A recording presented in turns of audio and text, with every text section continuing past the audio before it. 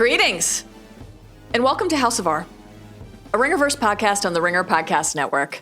I'm Mallory Rubin. Joining me today so that I can ask if she'd like to set sail on this ocean of flavor with me, it's Joanna Robinson, my favorite member of this Scoops troop. Molly Rubin, I was promised a Hawaiian shirt from you. I know. I wore my baseball tee in like my best attempt to be 80s appropriate. Scoops Ahoy, though. I went Scoops Ahoy. Yeah, I went Scoops Ahoy.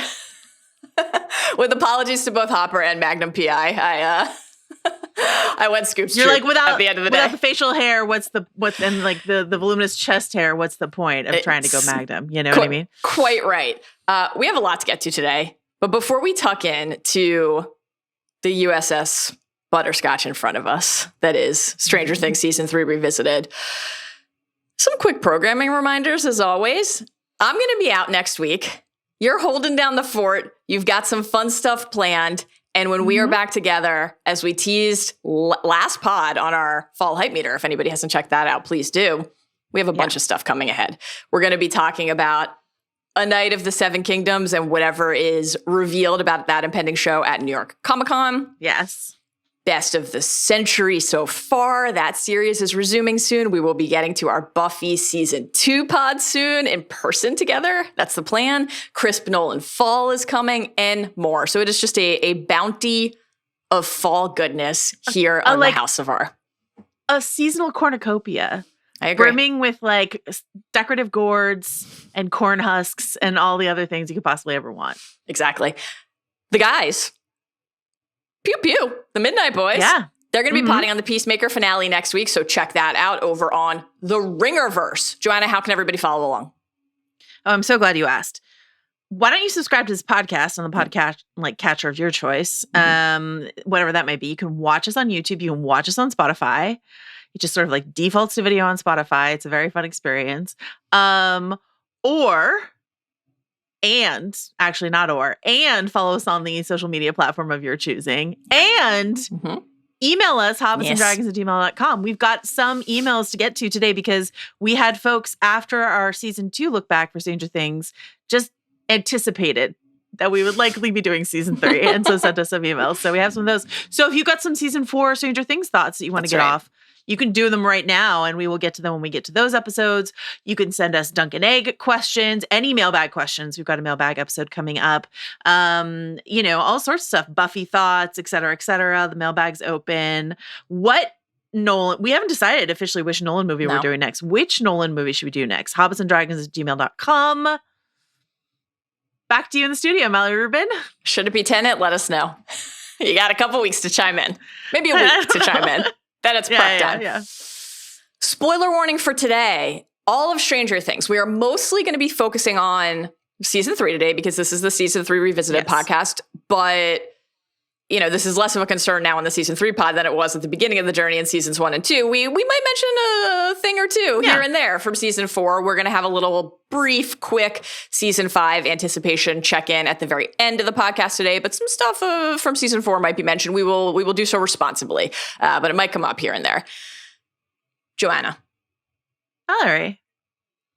What else would you like to get to before we get to season 3? Hit us with some mailbag questions. We just have a couple mailbag questions. One is we got an answer to this question, this mystery we had in season 2. Karen's on the phone talking to a friend out of context. And she said this thing. She was like, maybe if it was Margaret Thatcher. And Mallory and I both were like, help us. We were too young in the 1980s to understand what this is. A number of listeners wrote in, but Aram wrote in to say when Karen Wheeler said, quote, maybe if it was Margaret Thatcher, she was almost certainly referencing Geraldine Ferraro, Walter Mondale's running mate, and the first female vice presidential candidate for a major political party in the USA. Something along the lines of, I'd vote for the woman candidate if it were Margaret Thatcher. So that's just some more information about Karen Wheeler, a Thatcher fan. Sounds right. Note. Okay. For the Wheelers. Yeah. It tracks for the Wheeler household. And then our listener, Steph, who owns a Sleepy Forest Bake Shop, sent us in an email. I gave you no prep for this, so this is actually a call I'm sending out to the bad babies. Okay. More than us, unless you prepped an answer. Steph has put together a number of sort of spooky season themed donuts for her donut shop Once again, no free ads, but Sleepy Forest Bake Shop in upstate New York. Yeah. And she's got a couple themed donuts. She sent us an incredible photo of these donuts. They look amazing. She's got a Wednesday themed donut, a Last of Us themed donut that has mushroom meringue and raspberry, a Buffy themed donut that's called Buffy the Pumpkin Slayer with pumpkin glaze, stad with a cookie, steak.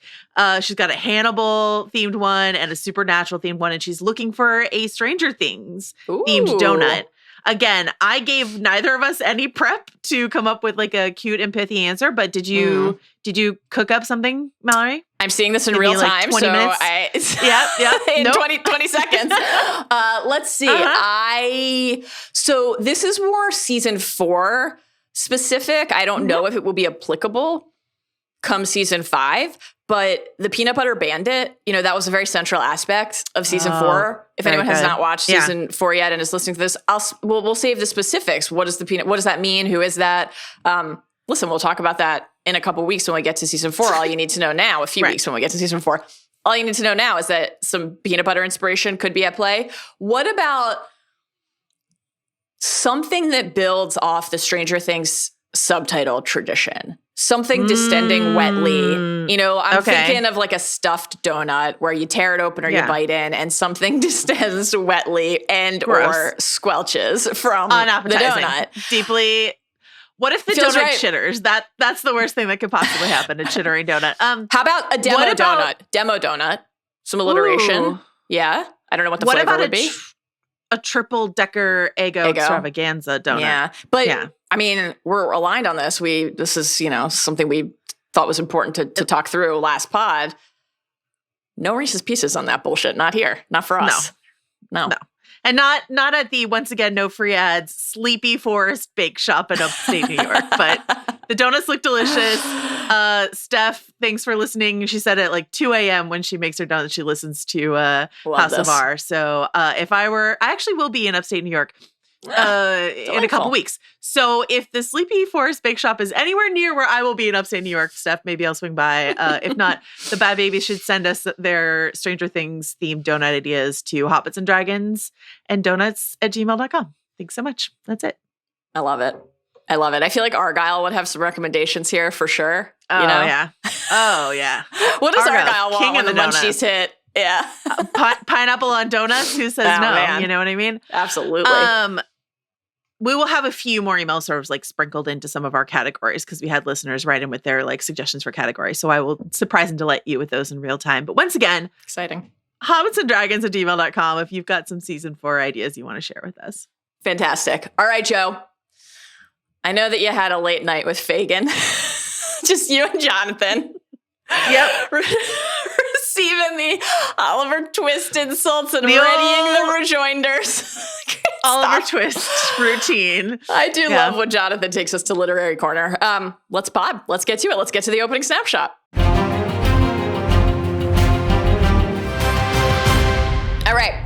Let's set the Steve, always setting the Steve. Let's set the stage quickly for season 3 before we get to our superlatives. Similar structure today as in past episodes. We have a couple changes, but broadly we're going to do our opening snapshot and then we're going to get to our robust list of superlatives. We'll be surprising each other with our picks. Joanna, this season of television was released July 4th, holiday weekend, 2019. That's a long time ago. You know what's so funny? I was re-listening to our first season 4 Stranger Things pod this morning, and we were talking about like how long it had been between season 3 What sweet summer 4. children we were. Little did we know, but I was like, that was pre-pandemic, a different world entirely. And now I'm like, that was just, I don't know, a different century, 2019. Yeah. It's wild. I have like a very vivid memory of watching this over the holiday weekend and then podcasting about it with Chris Ryan at the Sunset Gower Chapel Stage Studio. Different office, different part of town. Like you said, pre-pandemic, just a different life. And yet talking about the mall is eternal. And so really what has changed when it comes to covering the season of TV? This is set, the opening scene is set at 84, but then the bulk of the season, almost the entire season, is set in July of 1985. something that I will always remember. Every now and then I'm like, well, okay, we know broadly when each season is set. Well, I got to remember. I always remember season 3 is 85 because they released a bunch of custom Stranger Things Nike collabs around the season. And I got the Independence Day Tailwinds. Cream with the red and blue. It's a great sneaker that I love, but I like have kind of started wearing very judiciously because I don't want them to get too distraught. They're pretty beat up already. And it's just, they say 85 on the back. So it's a very, very helpful reminder for me always. A summer setting, Joe. I don't have a shoe-based reason to know it. But it is the Back to the Future sort of season, right? They're watching Back to the Future in the cinema.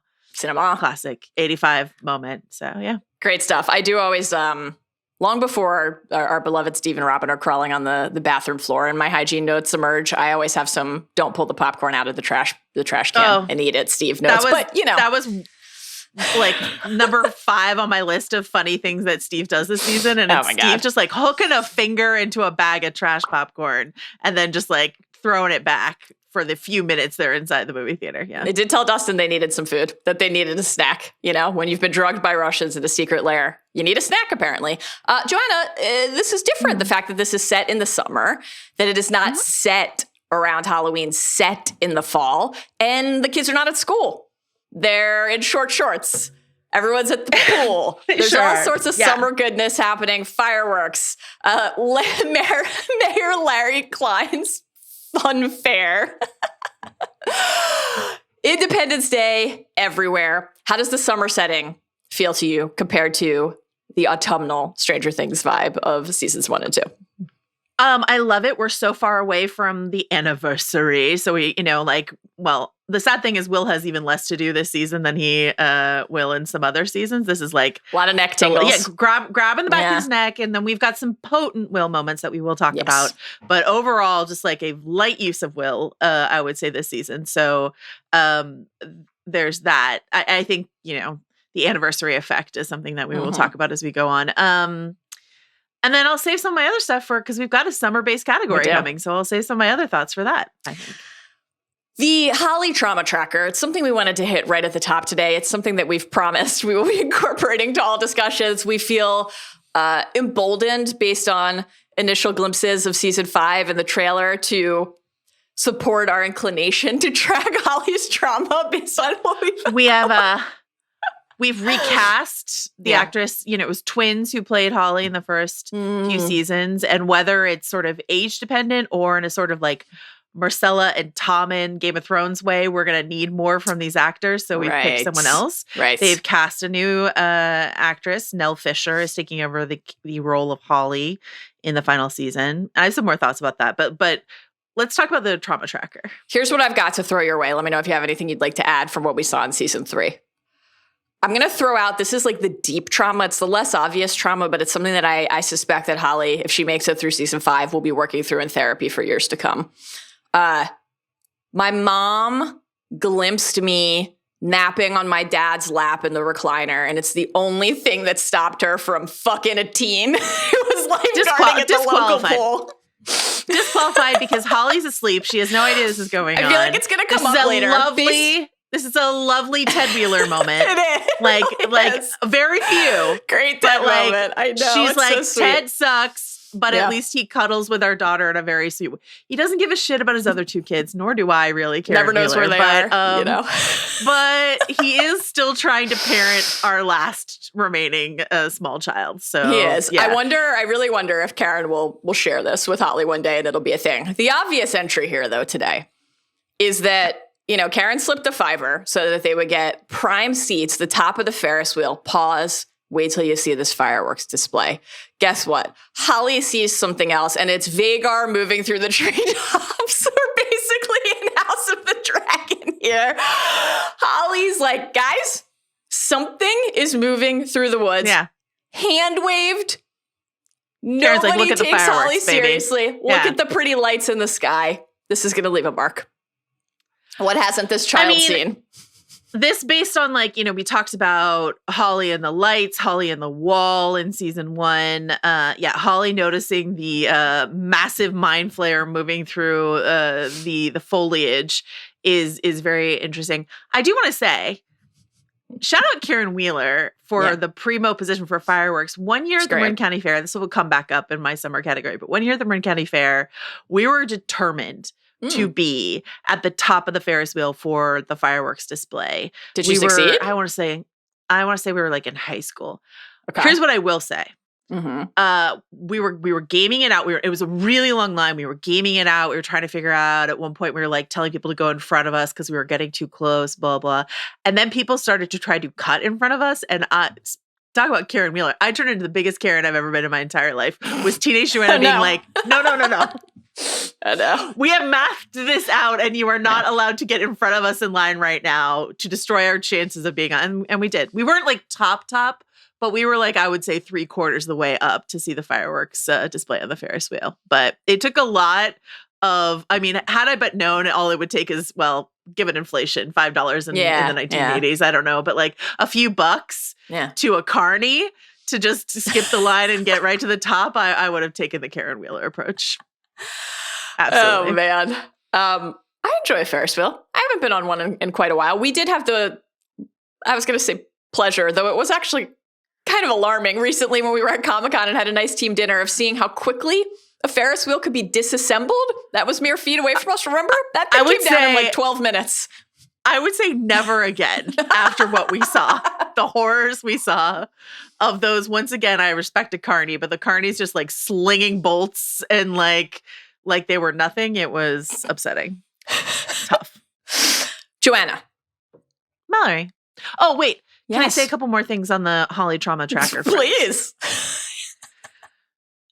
So a couple things about, again, we're not going to talk a ton about season 5, but a couple things I want to flag, and we'll come back to season 5 at the very end of the pod. But when I was re-listening to our season 4 pod, I was reminded of this Duffer Brothers quote about the 3 levels of nostalgia that they like to play inside of a Stranger Things season, in early seasons. So like that the kids are in this Amblin Kids on Bikes Goonies world, that the teens are in this Nightmare on Elm Street sort of Halloween teen horror world, and the parents are in this like Close Encounters of the Third Kind / like government conspiracy world. That these are the levels they're playing in. As the children get increasingly tall and the hemlines on their shorts get increasingly short. We are just moving further and further away from, this season ends with, some of the kids on the bikes, like they're still getting on those bikes, but it beggars credulity when they're going to be about 16 in the youngest kids are going to be about 16 in the final season. So enter Holly Wheeler and like, can she represent the younger kid faction that we sort of started, that sentimentality that we started Stranger Things with? There's a bunch of Holly Wheeler theories going around, but we've no need to get into theory corner, but we've glimpsed her in the trailer seemingly in peril with Karen. Yeah. There is a shot of her in a teaser in like a blue sort of Alice in Wonderland dress. Like there's just like a lot of questions about what's going on with Holly. So I think it will be good to keep in mind all the things that the way in which Holly has seemingly been like a bit marked from the beginning. Yes. And so a way in which this probably was not their plan, because they didn't plan to take as many years to get to their final season, but a way in which they could take advantage of a character like Holly Wheeler, who has been in the margins for so many seasons. So I'm excited. Me too. I wonder if the fact that Holly suddenly needs to become a primary figure explains why every episode is 3 hours. We'll find out. No, I do like the idea that this poor child who has kind of quietly borne witness to so many strange happenings would, have an odd turn of her own. Joanna. Yes, Mallory. Set the mood for us. What is your overall relationship to season 3 inside of your overall Stranger Things journey? How do you feel about season 3? I really like it. I like it more the more I watch it. This is I think season 2, in terms of like the larger fandom, I think season 2 people don't really like love, and there was a lot of chatter around season 3 people not loving, and then people coming back in droves for season 4.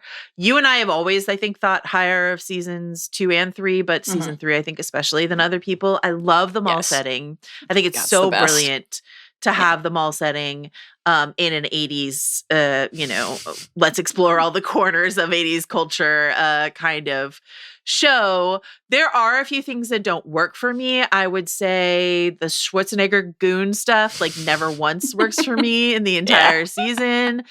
I would say the Carrie Elwes casting doesn't hit the way that Sean Astin did or Paul Reiser did or Matthew Modine. It's just not, I love Carrie Elwes, but this is just not executed as well.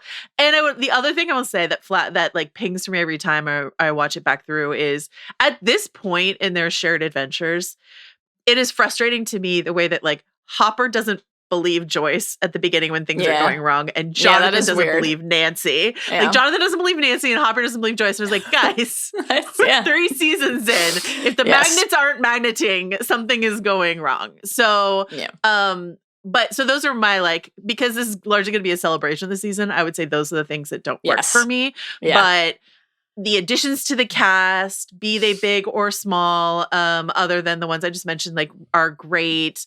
We're going to talk about some of these evolving friendship or identity dynamics as the kids are, bumping up closer and closer to full-blown adulthood, which is where we find them now in season 5, I would say. And yes. And so there's a lot to love about this season, even though basically every time Hop and the Schwarzenegger guy fight, I go do the dishes or something like that. It's not interesting to me. Yeah. But everything else, You're I've seen a Funhouse Hall of Mirrors and John Wick 2. I'm good.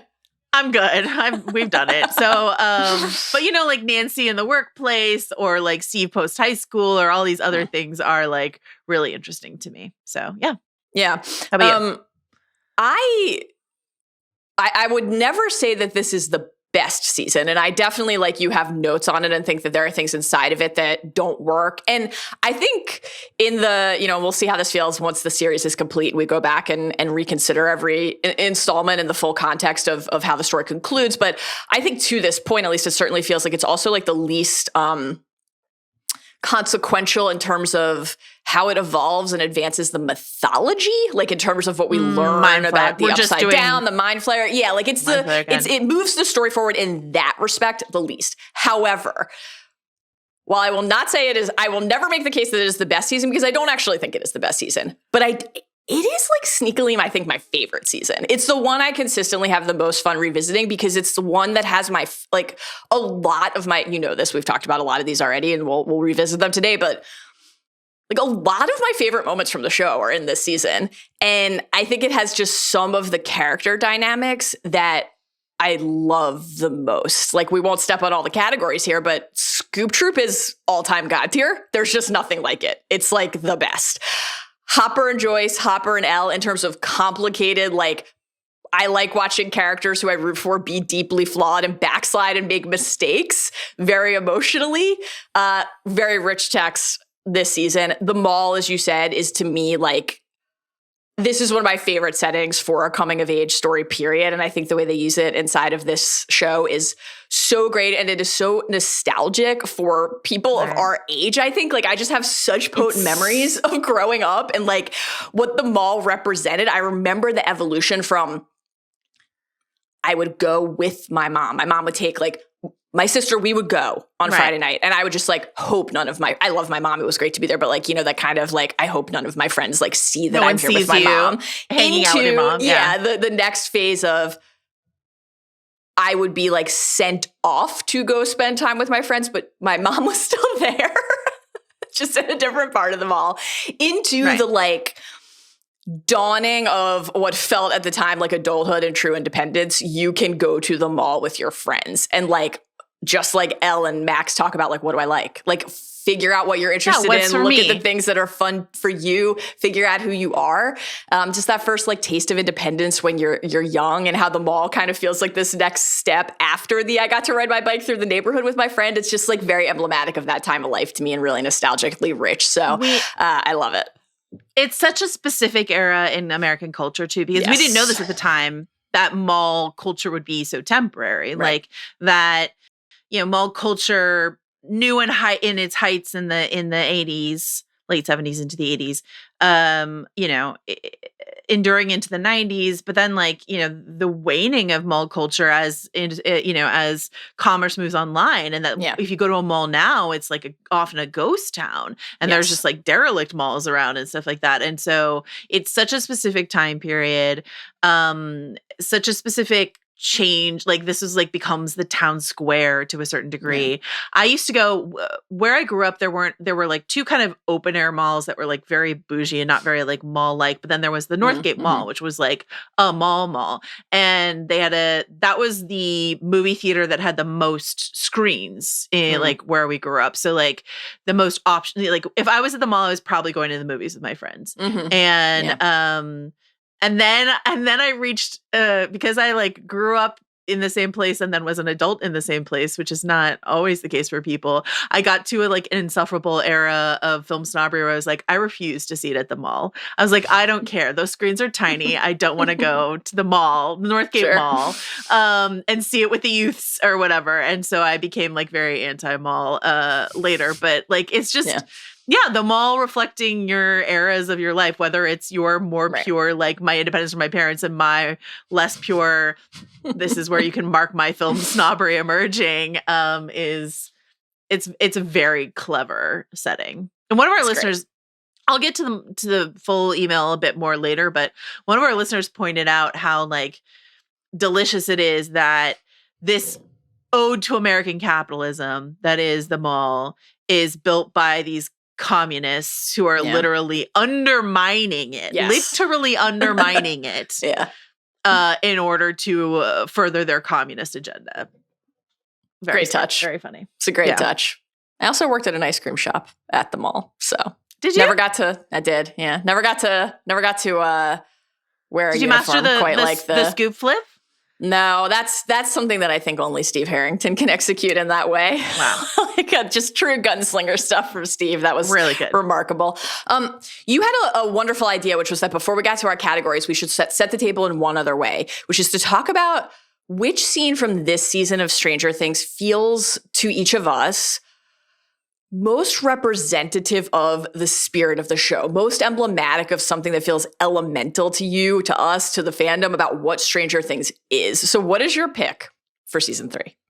I really like the way our picks go together. And I was pretty sure I knew what you were going to pick. And so, but this is my favorite scene of Stranger Things. Yeah. And my pick is Steve the Hair Harrington and Queen of My Life, Robin Buckley, in the bathroom, having just vomited up, but still feeling the after effects of being drugged with like truth serum by the Russians. And so there is this like, as I think could or should be the case in some of these picks, like there is a heightened element to this, right? We're on the vapor end of truth serum. So that's like a supernatural extra special element of the growing up experience. But this Robin Steve moment where Robin comes out to Steve and their friendship just deepens from there, because like watching it, so all season, Dustin has sort of been like teasing Steve, and he's like, you know, you should be looking at Robin, you know, and Maya Hawke is here and she's great. And, you know, like Robin is so cute and all this sort of stuff like that. And so it's like, so the first time I watched it, I was like, yeah, kiss. Yeah, and then you get this reveal and I was like, oh no, they're not going to kiss. And then I realized I liked it better. And then every time I'm just like, so grateful that that's not where it goes, or it goes in this very different direction, which is like a different test for Steve's character. And so all of that is really interesting to me.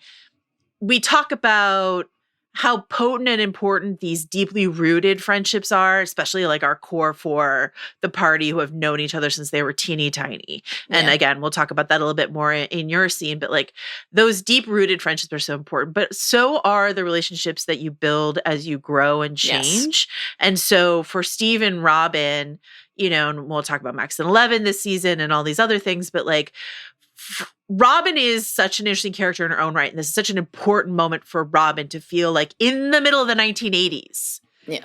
Once again, perhaps influenced by the vapor of some truth serum, able to tell someone someone who used to like be her social milieu like enemy in high school, her real truth that she's a queer woman and a queer teen in the 1980s, and to have it received the way that it's received by Steve, which is not even like deep emotion, but is like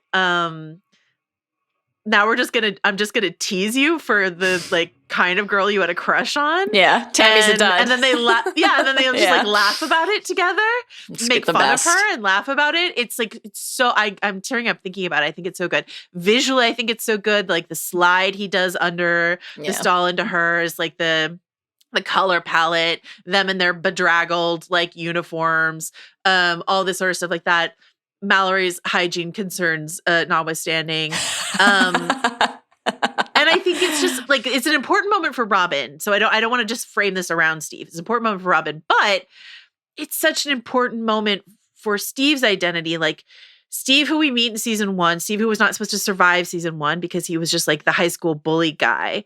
And you know, when his dad is like, go get a job, it'll build character for you. I don't think this is exactly what he meant, but this is the most character building thing that could happen for Steve. And when we think of Steve going forward into season 4, like his most defining relationship is his friendship with Robin. Like, you know, with love and respect to Dustin, like Robin and Steve, BFF, like that's what this is. And so the relationship that Steve forms here with Robin, who will become his like best friend, is Steve having an opportunity to redefine who he is. We hear from Robin in this scene, and then later, I forget his name, the guy who was at the arcade in season 2 and is Keith, Keith in the video store. Yeah.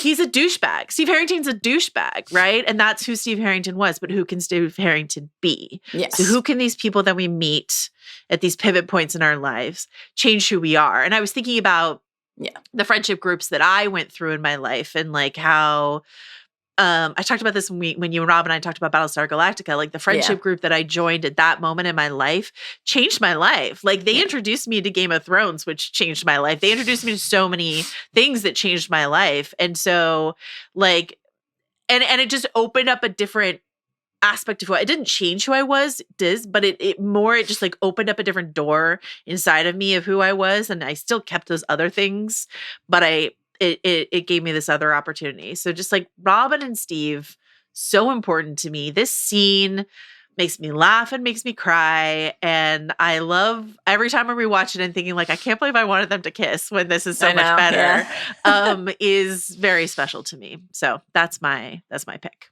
for the season.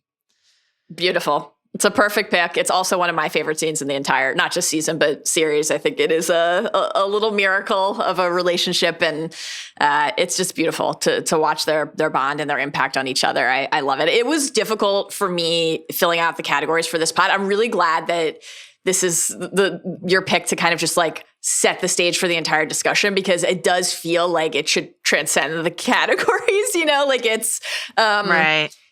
I had a hard time not picking Robin and Steve centric stuff for like 20%, 25% of my categories, and then like 25% of the others for Hopper. So I don't know that today will be my best even distribution across the field when we get to our categories, but I think that's fine and appropriate, honestly. I think, did you have a clip? One last one. Oh yeah. Can we play my clip, please? Tammy Thompson's a girl. Steve. Yeah? Oh. Oh. Holy shit. Yeah. Holy shit. I love it. I love that second O. He's the best. Oh. They're the best. And in this script, it says like Steve, and then in like brackets like I'm gay, dummy. Like that's the read she was given. The other thing I want to say, just from like a storytelling point of view, there will be other moments in this sort of like very climactic, a lot of shit is happening, where we will take a pause and it will be a little like, really, do we have time for this? Mm-hmm. But what I like about this moment is because of the drugs, like it just sort of, it makes sense that these two would just be like taking this beat here, even though all this other scary stuff is going on. It makes sense for them to be taking this beat. The music is crescendoing, and like this tense confession becomes a joke, and then Dustin just like busts in and intrudes with actual plot, and it's just, and then they start to giggle. Really well done. Yeah, so charming. That's one of the things I admire about the show, is like the commitment to always making space for those personal moments and those moments of reflection, no matter how much is going on and no matter how many people or monsters are chasing our heroes at a given moment in time. Like, this is ultimately what the show is about, that balance and centering these journeys of discovery. Fantastic pick. It's the best. My pick, unsurprisingly to you and anybody who's heard us talk about Stranger Things together before, is one of my other favorite moments from this season and favorite moments from the show overall. So similarly, I could have put it in any number of our categories. It could have gone in most emotional scene, best coming of age moment, most important relationship, a number of them. But I liked the idea of pulling it out of the categories and just focusing on why it feels so important overall. Carlos, can we hear my Mike and Will clip? I'm not trying to be a jerk, okay? But we're not kids anymore. I mean, what did you think, really? That we were never gonna get girlfriends? That we were just gonna sit in my basement all day and play games for the rest of our lives? Yeah. Yes, I did. I really did. I love that moment. It's so sad. It makes me so sad every time I see it. That's you can hear the rain, so you can probably visualize it. That's from Chapter 3, The Case of the Missing Lifeguard. Mike and Lucas have been fretting over girls, right? Ella's broken up with Mike. Will has asked time and time again, can we play D&D? Can we play D&D? He's mastered this wonderful campaign. Will the Wise is there to be with his friends and to restore this like sense of like he'll say elsewhere, have some fun like we used to, right? The things that kind of define the rhythm of their friendship and of their young life together. And the rest of them just don't care. Like, Dustin's not there for other reasons, as Will later note, and Mike and Lucas are like focused entirely on other things. And when the phone rings, it breaks what is at that point already like a very, very, very fragile remaining spell gone. And Will leaves and Mike follows him, and they have that conversation, and he tries to stop Will from going and says, like, we just weren't in the mood. And Will's like, that's the problem. You guys are never in the mood anymore, right? And I think that this is like we talked about this in our season 4 pods, because we called back to this moment a couple times. We've talked about it elsewhere, but I think that this just like really showcases something that's present in your pick as well. I agree. They pair nicely together. It's present in something like Hopper's letter to Elle, which, spoiler, no surprise, will come up in one of my categories later today. This is a season, I mean, the whole show, but like this is a season in particular that is very rooted in change. Right. And what it feels like to be changing, like yourself, or to confront change in other people who have been like the centerpieces and the heartbeats of your life and how you think about your life. And, the party, that friendship, as we've discussed many times, is the heartbeat of the show. I really love what you said about Steve and Robin, though, that part of the joy of the show and part of how I think it mirrors so well real life is that, like, sometimes you hold on to the things that defined you before, and sometimes you discover new things, and all of that is true, right? And like Will and Mike, even inside of the party, we talked about this a lot in season 2, how like their moments of confiding in each other or taking each other into a circle of awareness and trust, even inside of that friendship, like really always larger group friendship really stands out. And so you have these shifting dynamics, which every season has given us a version of this. Who is focused on something other than kind of the core longstanding nature of what the party has been, right? And that has changed season after season. The constant is that someone's always thinking about something new. The change is how it's manifesting and with whom. So change amid the constant. I really like the way the show explores that. And just like growing up and growing apart, and that not meaning that you don't care about somebody or don't love them or don't want them to be okay, but sometimes it does mean actually that like you're not giving them what they need, or that they feel like you're not giving them what they need. And the things that people care about, even when they still care about each other, like diverge. They just do. Mm-hmm. And sometimes one person is ready for that inside of a relationship and the other person isn't, and they're on different timelines and different paths. And that just feels like so true to young friendship and young life and like the journey of discovery in all of its many different forms, and how you can hopefully find safe harbor and people who know you and who you trust, and also like you will feel lost amid that all the time. And I think the show captures that really well. I always love how, because this is like so fraught and so tense, and it feels like it's such a key wound. And obviously like there's a lot of other stuff that Will is thinking about with like his identity and who he is. And we'll talk about some of the meaningful moments that manifest in that front in season 4. But I always love them when we build toward like they're packing at the end, the goodbye, and Will puts the D&D box into the donation box. It'll eventually make its way to Erica via Dustin and Lucas. Great touch. Lady Applejack, rise. And there's this like heartbreaking moment where like Will doesn't think that he can play D&D anymore. Like he doesn't think he can do that anymore. And he's like, when I come back, we'll use yours. And Mike's like, well, what if you want to join another party? Not possible. Like the party is them, And so even though it changes, it's like eternal and it's always going to be there for them. So I really love that. It's like really sad, but also I think really beautifully speaks to how these experiences and moments of your life that you share with other people feel like these little time capsules that are so specific to like who you were at a certain moment. And so it feels like, because it is like existentially unmooring when those things are in any way challenged, but also like not also like because of that so deeply precious to you. So like you noted rightly at the top, not like a season where Will has a ton to do, but even so, he gives us one of the more emotionally resonant and I think poignant moments of the season. And so this felt like the place to toast him and to toast that relationship and to acknowledge that things change, which they do. I love having spent years with you essentially talking directly about and then around this show, and the fact that I know you and your love for the show well enough at this point that I knew that you were going to pick this scene, and I know we're going to talk about Hopper's letter, like all of that sort of stuff, obviously. But like, I will never be able to prove this.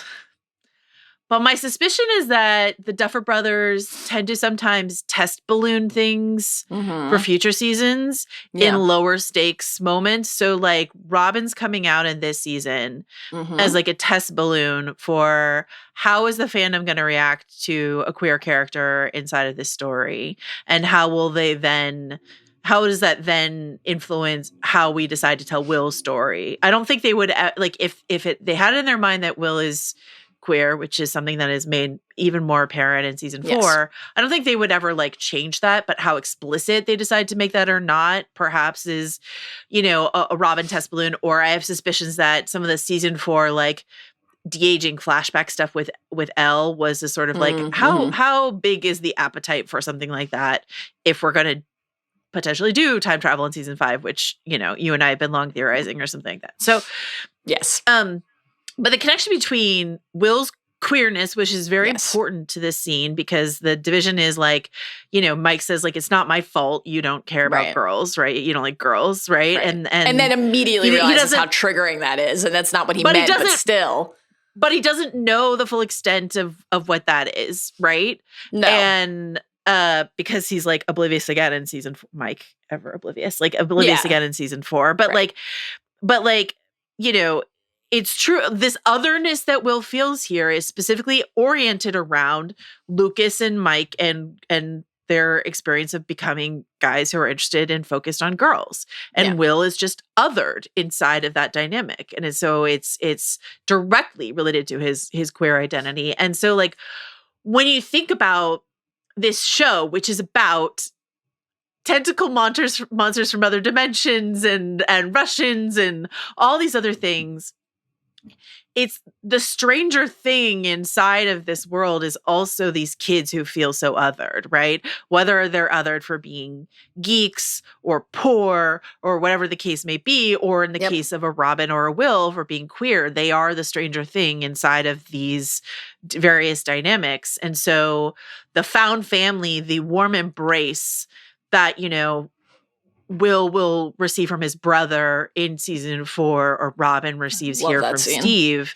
is so important. 11 is the strangest of things, and we will talk about that. But like, supernatural as metaphor for real world issues, something that we talk about a lot when we talked about Buffy, something we will talk about a lot inside of this season too. That idea of queerness is so baked into like the Buffy fandom. They see like parallels for that inside of there. So it's really, it matters a lot to me. I remember when the season 5 trailer dropped, or one of the trailers dropped, and there's like a shot of Robin and Will together, and like a bunch of the fandom was like, yeah, yes, like look at this little community that's potentially burgeoning here. So yeah, I love these picks. Great stuff. Great show. We have a lot of other highlights to hit. Let's get to the stranger superlatives.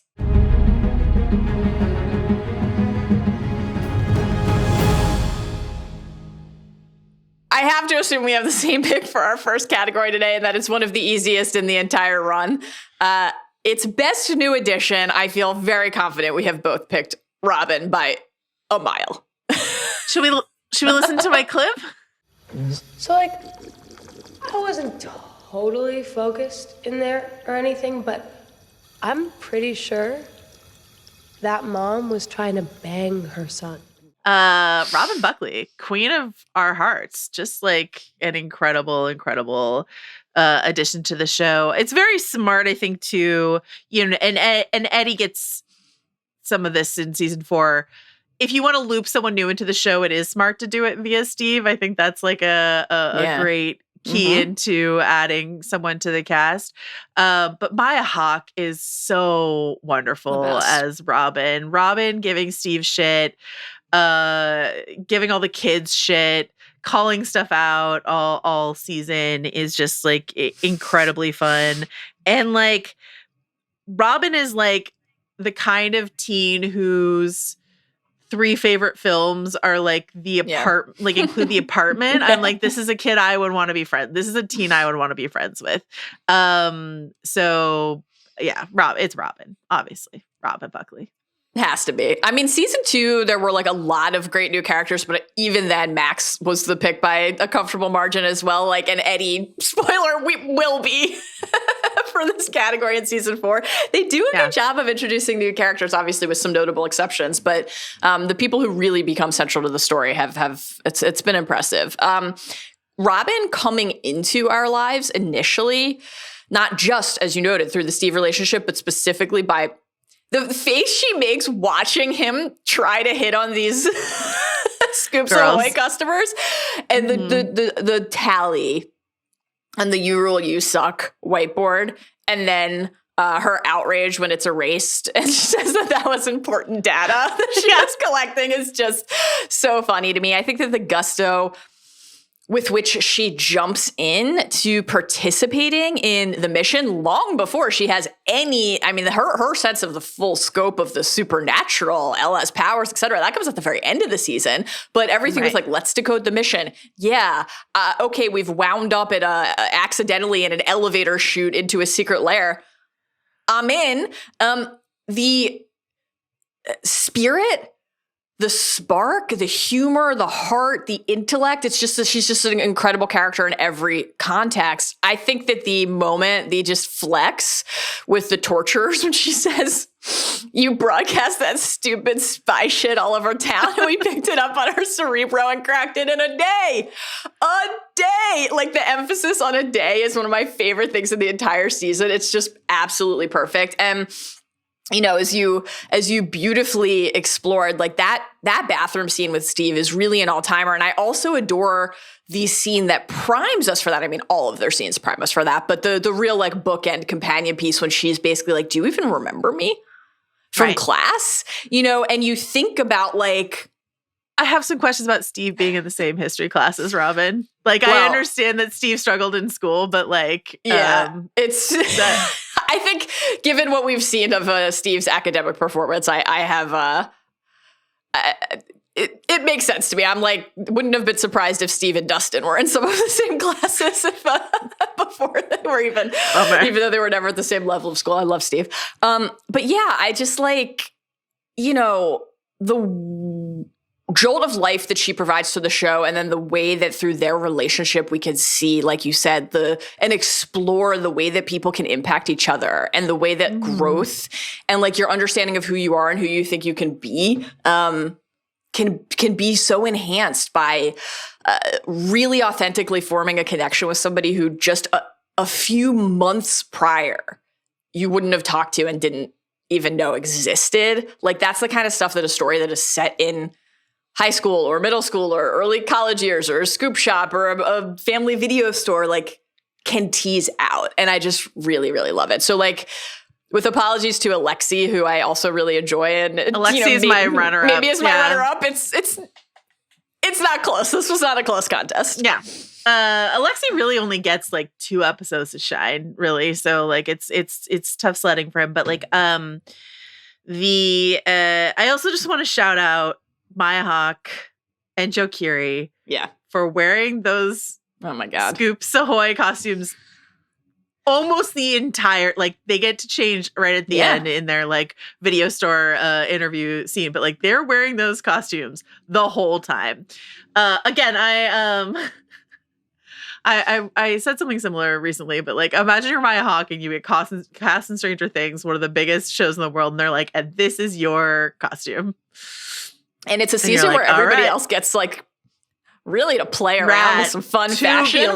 Tubular style, and you've got some rock those knee socks, girl. Do it. And she does. It's great stuff. Oh, Robin, what an icon. Okay, next category. Best use of the summer setting. What are you going with here? I mean, you gave us the rundown of the summer setting options earlier, community right? Pool. Mall, we got the community pool, the mall, specifically an ice cream parlor in the mall. Independence Day Fun Fair, Camp Nowhere, County Fair, ices, ice cream, fireworks. I'm gonna give it to the Fun Fair though, because again, the Marin County, shout out the Marin County Fair. Like, you know, there's amusement parks and then there's county fairs, and they're just so singularly summer. And the rigged games that I remember playing and sometimes winning, the goldfish I got at the Marin County Fair, which very soon thereafter died. The Jim Carrey as the Riddler poster that I won, that was like a cherished item that I owned. You know, the weird shit you eat only at a county fair. The way you take your life into your hands every time you go into one of those rides. Like that's a very potent summer jolt of electricity. So that's what I would say. I watch those scenes, and in a really great, powerful way, I can like feel the stomach ache that is so specific to the oil that funnel cake is fried in, you know? Or like the burn abrasion on your leg from like a tilt-a-whirl if your shorts were too short, you know? It's a very evocative thing. That is my pick as well. I will be addressing the community pool and other categories today, so I think it gives me permission to focus on the fair here.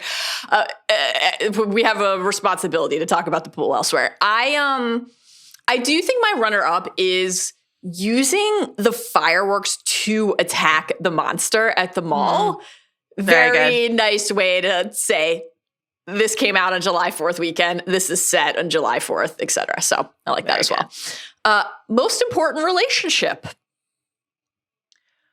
I mean, it's Robin and Steve for me.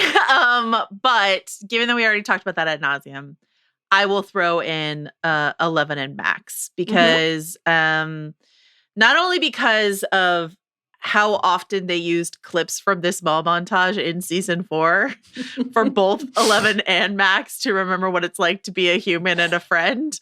I feel like they were so grateful to have all of that footage to play with. But this is so important because, you know, that moment that Max says when they are like trying to figure out 11's style in the Gap, and she's like, who are you? Like, the style that works for you, not what Mike likes and not what Hop likes, but what do you like? And it matters a lot to me. You know, they have their like sleepovers. They're talking about Ralph Macchio. They do a double sleepover. Like that's true friendship. If you can go from sleeping over at one friend's night and then double down the next night. Like the parents don't know where their kids are. That's important Never. to think about. But also it's just like this friendship is immediate and it is so important. And for Elle, we love Max's introduction in season, like in previous seasons, but like the way in which she and Elle are like pitted against each other. Yes. And then the miracle of their bonding and like Mike's irritation with it. They're conspiring against me. But the way in which when we split up into various groups when the monster's attacking at the end, it's Max and Mike and 11. Like Max and 11 are like and then when Max is devastated over what happens to Billy, she collapses into 11's arms. You know what I mean? And so it's just like that is so necessary and so good for a character like Elle to have.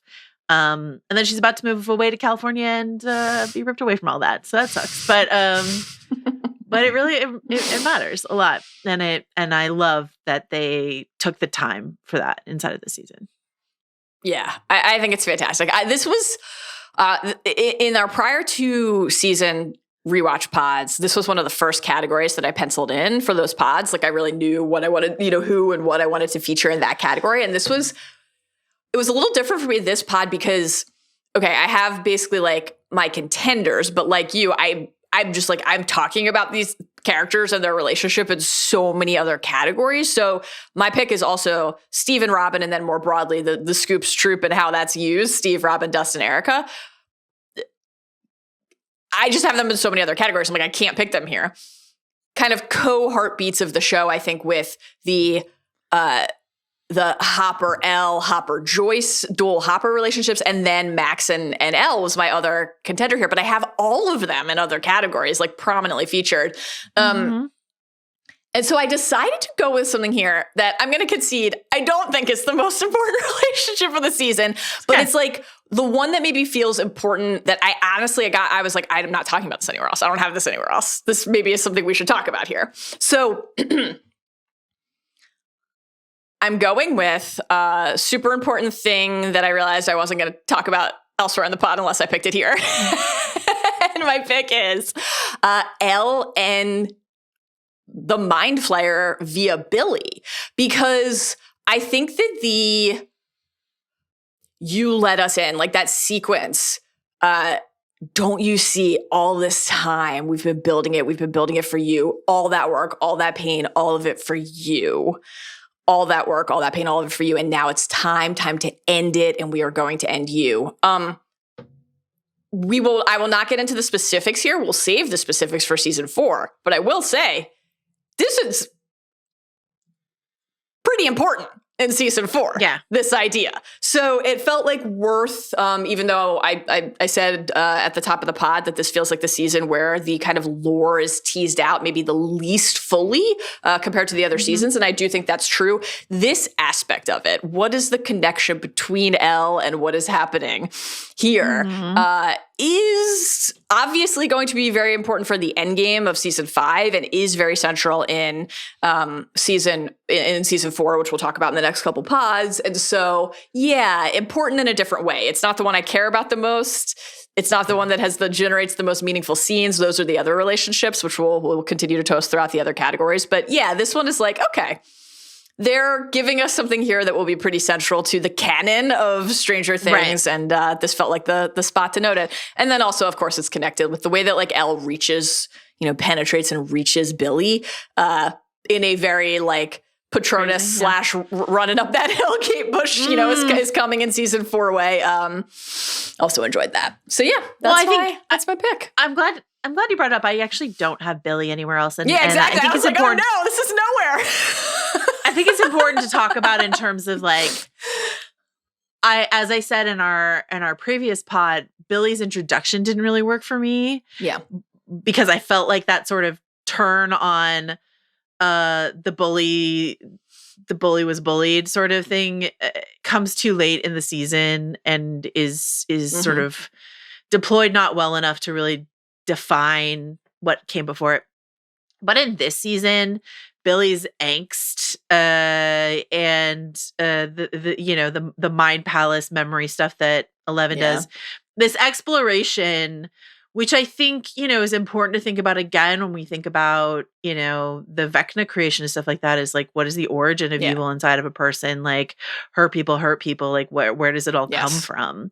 So I think all of that's interesting. And then also when you were just talking about sort of the mind flayers focus on 11, it reminded me of a line that I think about a lot from an episode of Buffy the Vampire Slayer, which you have seen, but we will talk about later, which is Passion, where a character talks about a villain's preoccupation with our heroine and says, you're still the only thing he thinks about, right? How close that idea of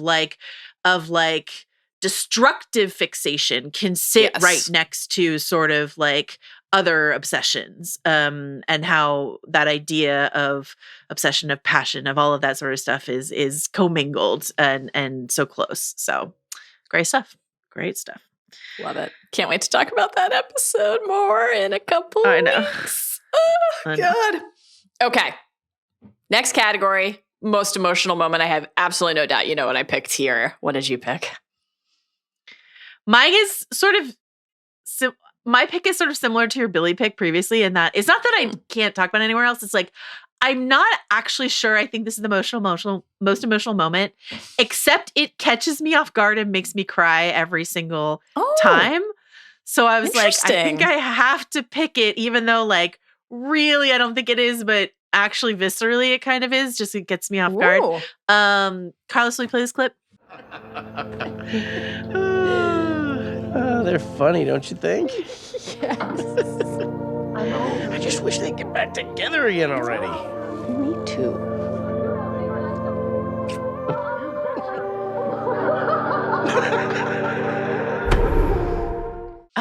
Okay, so Bob.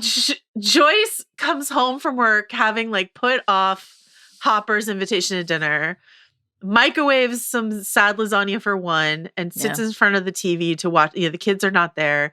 Sit in front of the TV to watch TV alone, and then flashes back to watching Cheers with Bob. And it's important inside of this season where we meet Joyce and she's just not ready to move on from the devastation of losing Bob, to the end of the season where she proposes, that she and Hopper go on a date. So we need to like see where she starts, where she comes from. But this just like, I think I forget that it's coming every time it comes. And then it's just sort of like Sean Astin is back for a brief second. She's so happy and they're just sharing this thing together. This idea of shared story of like what you and I love to do is just like, they're talking about Sam and Diane from Cheers and wanting them to get back together and all this sort of stuff like that. And then smash cut back to Joyce alone with her lasagna in front of the television.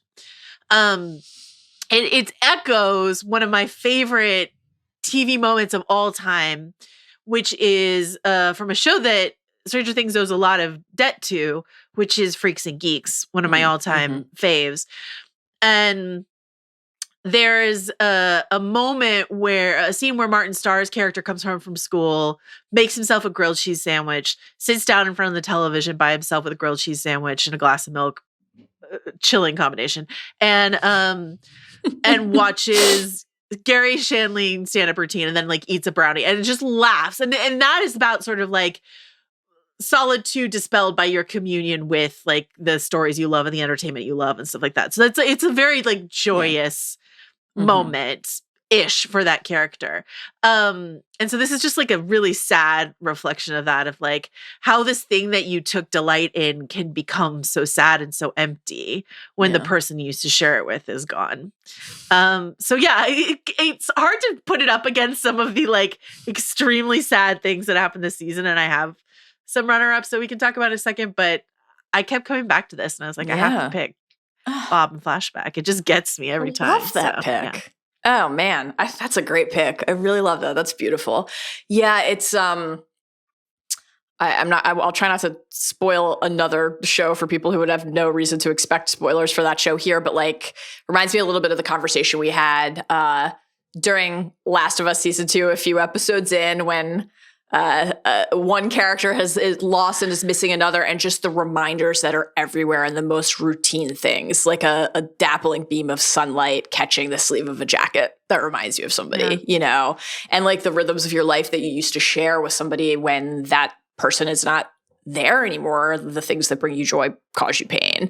I think that's another great example of that larger note you struck earlier of just the show, like taking a pause. Like we are just with Joyce as she pours the wine and looks down at the peas, and like there should be room for moments like that because they're as important as the fact that like this is a town on a hellmouth now a thing I know.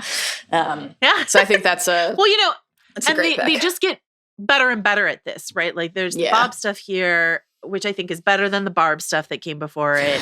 And then the evolution into like the Billy stuff in season 4. You know what I mean? Like how do we reckon with the loss that we just experienced? So yeah.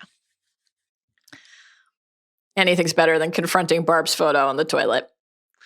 It's not great. What's your pick here? Surprising no one, my pick here is Hopper's letter. Carlos, can we hear a snippet? But I know that's naive. It's just not how life works. It's moving. Always moving, whether you like it or not.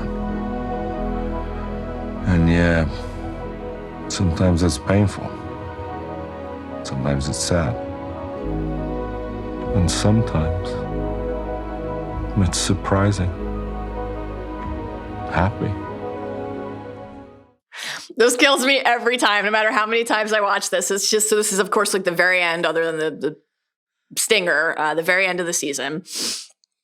We think, we should say for anybody who didn't watch season 3 in real time, the Theory Corner was buzzing right away. There was like, here are all of the bits of evidence that Hopper is not really dead, like all over the internet immediately. But still, you worry, you wonder, you hear not the American in the stinger, and still you're like, dare I hope. And regardless, the characters in the story think he's gone, right? No matter what our theory brains are doing at home, like Elle thinks she has lost Jim Hopper. Joyce thinks that she has lost Jim Hopper. We just talked about this. I had this on my list for the best speeches of the century so far episode that we did. So we just talked about it recently. Right.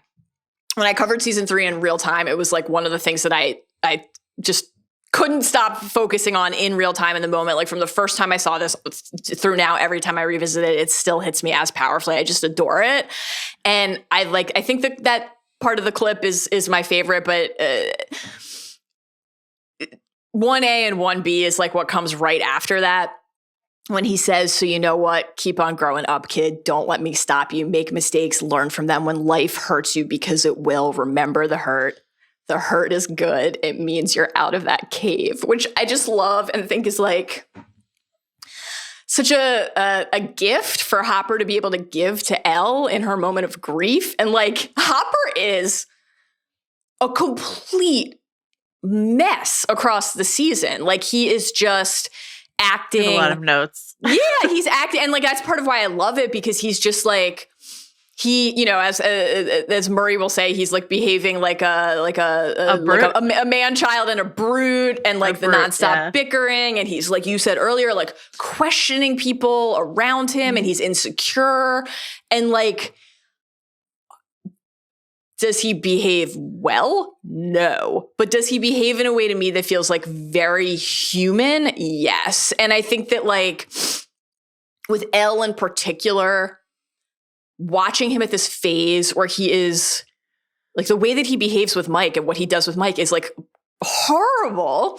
But it comes from this place that we as characters who have watched Jim Hopper for years now really understand, which is like, Elle is at a place that Sarah never got to, and he's afraid. But he also wants to find a way to like help her be who she can be, and like he doesn't know how. And I think that's a really important thing to show us. And it's like, I love that this letter is it's simultaneously like the gift of that message from a person who is gone. Like they have their beautiful little moment at the mall. They sit, they hold hands, they get to kind of repair and heal a little bit before everything that happens. But this is ultimately also like a missed connection kind of a moment. Like this is what Hopper didn't actually have the strength in real time to sit there and say, and they didn't get that moment, and they do in a different way. And I just think that's like really potent to show us. And I always love when we glimpse, because he has the moment at the general store with Joyce where he's basically like, can you do it for me? She's like, no, you got to do it. But I can help you prep. And they write. And then when we see that he's at his cabin and he sits down and he does do it himself. Like these are his words. This is like what we hear here. This is from him. This isn't what Joyce coached him up to do. It's not what Joyce wanted him to say. Yeah. And I don't know. I just really love it. I think that desire to try to like reach out to the most important person in your life and communicate something that feels like the most important thing you're carrying inside of you, but like you don't really know how. Is like a really lovely thing to capture. And again, this is just very entwined with this season-long and series-long study of change, you know? I love the way that he says, like, life is moving, always moving. I love the power behind that idea that, like, when something hurts, it doesn't mean you should run or hide, even though that's a human, normal thing to do. It means, like, you've felt something that was worth mourning, you know, that the loss of it means you had something that was precious. And so of course it hurts when it's gone, but like it means that it was there. So yeah, I just love this scene. I will talk elsewhere about the footage that's paired with it and how it's edited and the theory corner stuff around that, which is still very top of mind for us, as you already alluded to. But in terms of just the emotional like wallop of this, it just shreds me every time. I love it. I think too, when I was rewatching this most recent time and he got to that part about like, you know, the heart means you're out of the cave and stuff like that. And I just sort of like flashed across all these moments inside of the season. Yeah. Like, you know, Robin and Steve in the bathroom, like it's letting someone close enough that they can hurt you. You know, you just said something similar, but I think it's like that letting someone in. Hopper, who drinks plenty to medicate this season, but is no longer popping pills, thankfully. But like who when we met him was so medicated and so reserved and so numb, that he's not letting Joyce in, he's not letting all these people in, and he's just slowly sort of peeled back those layers and let people in, and it is uncomfortable. Yes. And I have major issues with Hopper this season, and in a way that I hope does not yuck your yum for Hopper this season, because like not at all. I love homicidal vampires. So like, who the fuck am I to like whatever? But like thinking about like Jonathan and Nancy, like a pair that I am not like all that invested in necessarily, but like their fight that they have, you know, about her being privileged and his Oliver Twist routine and stuff like that. The way in which there are these various breaks this season, Dustin being separated from his friends all season for, you know, plot reasons, but also because like, none of them gave a shit about him being like his radio and his talking about his girlfriend and stuff like that. They didn't believe him. No one gave a shit about him. Those breaks that then heal stronger. Jonathan and Nancy coming back after that fight, or, you know, Hopper and Eleven talking to each other in the mall, or, you know, Dustin saying, I could have used you down there. And they're like, we could have used you up here. Like all of these reconnection points that heal back stronger, because there was something that hurt to have you close to them, but it was too important to let go of. And so you have to do the work of healing it. My runner-up for most emotional moment ties into all that and ties into your key scene that you pulled out, which is poor wet Will destroying Castle Byers. You know, stupid, you know, like all, like it's just like devastating to watch. That kills me, you know? Yeah. Really God, tough. when he picks up the Ghostbusters picture and tears it, it's like, oh my God. And that's everything, because it's the friend group, it's Jonathan, it's everything that gave him a sense of structure and safety. It was his safe place. Yes. In the Upside Down, you know what I mean? And it's just sort of like, Woo. Mood shift. Yep. Funniest moment. Pull us back up. I have so many. This is not a Steve moment, but I just want to say I have like so many Steve runner-ups for this, and we can talk about all of them. Joe Keery continues to slay, Unbelievable. honestly. Yeah. But my funniest moment actually requires some imagination because it takes place off screen. We don't get to hear it, but it gets invoked. So I will listen to the clip where it is invoked, and then we can discuss what this visual is. Excited. Carlos, will you play this clip, please? How long have I been out? A while. You've been drifting in and out. How did I get here? Slowly. Thank you for picking this. So mere obviously seconds later, they discuss how his clothes are soaked. To your delight, we can talk about Joyce taking his clothes off. Sure, that's its own thing. Mm-hmm. I would like you to now envision Winona Ryder, Joyce, dragging an unconscious wet Hopper slowly back to his cabin. I like that they lampshaded this because they were just sort of like, how did she get him back there? And the fact that she's like slowly. And then I just like, this time I just sat there and thought about that and just thought about the physical comedy of Winona Ryder dragging David Harbour wet back to his home. And it just like absolutely killed me. So that's my pick. I think this is an incredible pick. It's obviously something that is deeply improbable. I'd go so far as to say makes no sense, and yet maybe she used some leverage. You know, leverage much like the kids when they flip the car. Yeah. Physics, told you. Physics, bitch. Physics, bitch. Yeah, we got some magnets, bitch action in this season. It's all coming up. Breaking Bad and Inception, Paradox, bitch for us. This is a moment where I am deeply okay with the show team saying, we just need Hopper to stand up, drop the blanket, have Joyce go, and have Hopper go, why am I naked? And every question can just melt away. This is not picking nits. I'm not like, this couldn't happen. I was just like, I wish they had filmed a few like moments of her like tugging, dropping, like pushing. Like, I think that would have been really funny to watch. Same. But I just get to imagine it. Here's my actual favorite thing about this. Yeah. They had kind of already done this season. Not that she needs to like carry and hold and work him out of his sodden outfit aspect of it. But elsewhere, previously in the season, he opens his door in a towel. Sopping wet. Sopping wet. And they're like, let's run it back. Yeah. Dripping wet. Like, does not...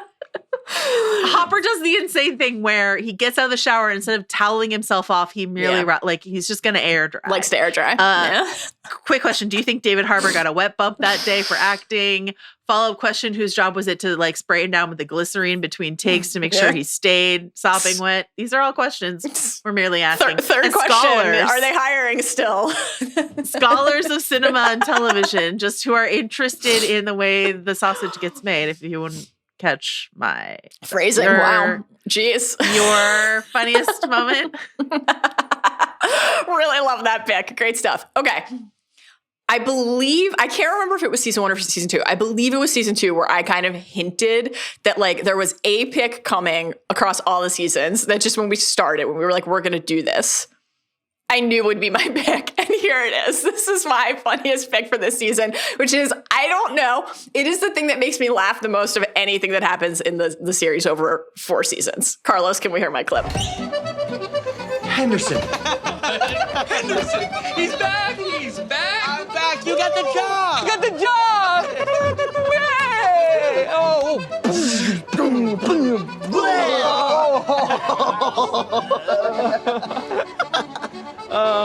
How many children are you friends with? Robin, queen. This is your best.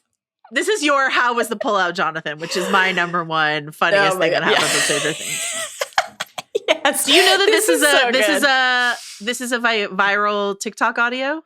Do you know that this is like a very popular TikTok audio? Of course I don't know that because my entire relationship to TikTok used to be things that you send me and now it's nothing. Yeah, because I haven't been on TikTok for a while. Yeah, you haven't sent me a TikTok in a minute, but I did not know that. I do remember like seeing this because I think this was it featured in one of the first trailers, right? So I remember like immediately just the joy. This was of course from chapter 2, Mallrats.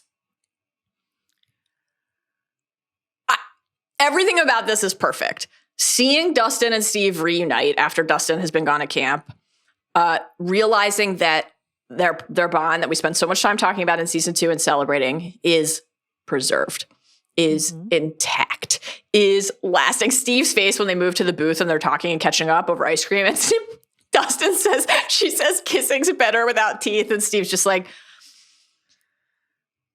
you're just like, these two are eternal. Hotter than Phoebe Cates, huh? It's the best. These two are eternal, and yet the perfect sprinkling in of Robin to branch us out into the new, and how it all just, like, this is alchemy. That's what this is, this moment. It is perfection. And obviously, like, Robin witnessing, earlier we got like the dingus, your children are here. Yeah. And the way that Robin responds to this, like, Steve, the Harrington, the babysitter alter ego that ultimately goes from being an alter ego to just who Steve is just absolutely perfect. And Steve, this I think actually does kind of connect nicely to the more kind of thematically and emotionally rich stuff we already talked about today. Like, Steve, Mr. Cool, coming out and being like, lightsaber sound, whoosh, whoosh. Like, Steve's a nerd now. Steve's a little, dork. like, air trumpet moment. This is the best. This is just the best. Really good. So I absolutely love it. That's my pick.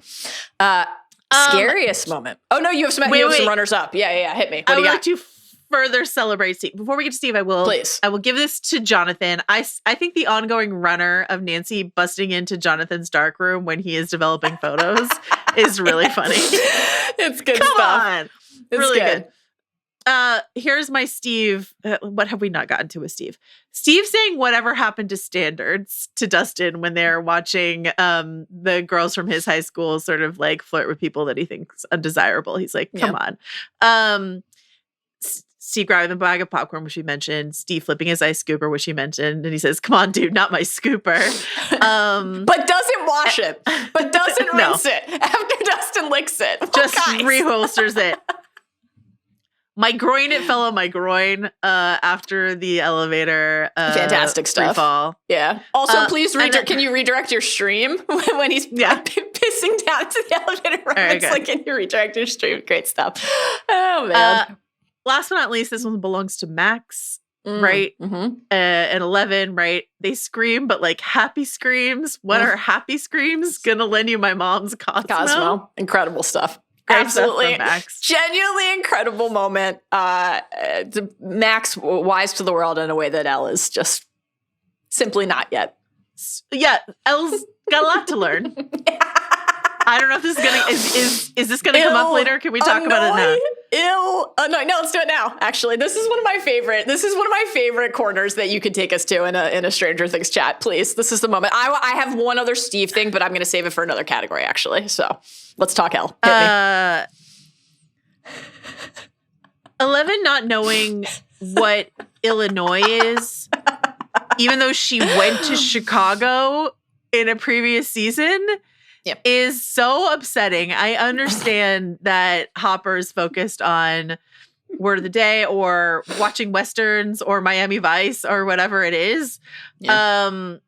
But as you texted me, perhaps some geography lessons are in order. Illinois is right next door to Indiana. Like, what are we doing here? Help this girl. Please help this girl. She needs it. That's all. Illinois. This is incredible. I like when they try to clarify and she just sort of shrugs and it's like, Illinois. Great stuff. Worrying, but great. Scariest moment. What do you have here? Okay, I do love you, and I do love how hot you think Hopper is this season, and I do support you in that. Nonetheless, yes, roll this clip. Sir, I'm afraid no alcohol is allowed off the premises. I'll do anything I want. I'm the chief of police. Yeah, that's terrible. This man in an absolute emotional, psychological freefall who is demonizing his daughter's boyfriend, railing against Joyce, who is a tiny woman, while he's like shirtless and wet and like banging on walls, that she didn't show up for something that was not a date. He said it wasn't a date. And then he's like, you fucking stood me up. He's just huge and careening out of control all season, and the fact that this is the chief of police, and he says multiple times, like he talks about it when he talks about like disappearing Mike's body, like I can do whatever I want, I'm the chief of police. Like this is a man who should not have any power in the community. He needs therapy, not a badge and a gun. Definitely. I can do whatever I want. I'm the chief of police. Chilling. It is. Does not know how to pronounce Chianti on top of what's he say? Chianti. It's great. Chianti. Women like cherry. Well, women love cherries. It's great stuff. It is. I'm always grateful when he goes, even though he eventually he does crumble and succumb, but he does have the moment when he goes to town hall where he's like, let these people express their American right to protest. Yeah, which I'm always grateful for. Even though before he arrests all of them. Even though it doesn't last. Shows us what he believes inside just for a second there. Oh, our Hop, he needs help. Impeach Chief Hopper. Or send him to a Russian prison. One of the two. Yeah. I have a slightly less serious Hopper pick here, but the hygiene of the characters has already come up multiple times today.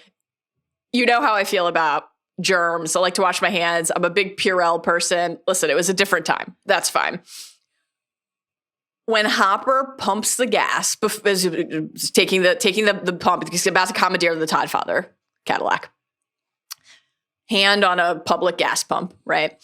And then he has procured a snack that I think is wonderful. Hop's 7-Eleven order, it's basically like if Mal and CR went together, because you've got the Funyuns, the Slim Jims, and the Coke, that's me, and then the box of cigs, CR. He opens a Slim Jim, and with the bare hand that he has touched the gas pump with, he snaps off the top of the Slim Jim and eats it and then hands the rest to Todd. That's harrowing. Need to get my guy some Purell. I'd like to also throw out a couple other just quick nominations here. Alexi conceding that strawberry's fine. If you want a cherry, it's not fine.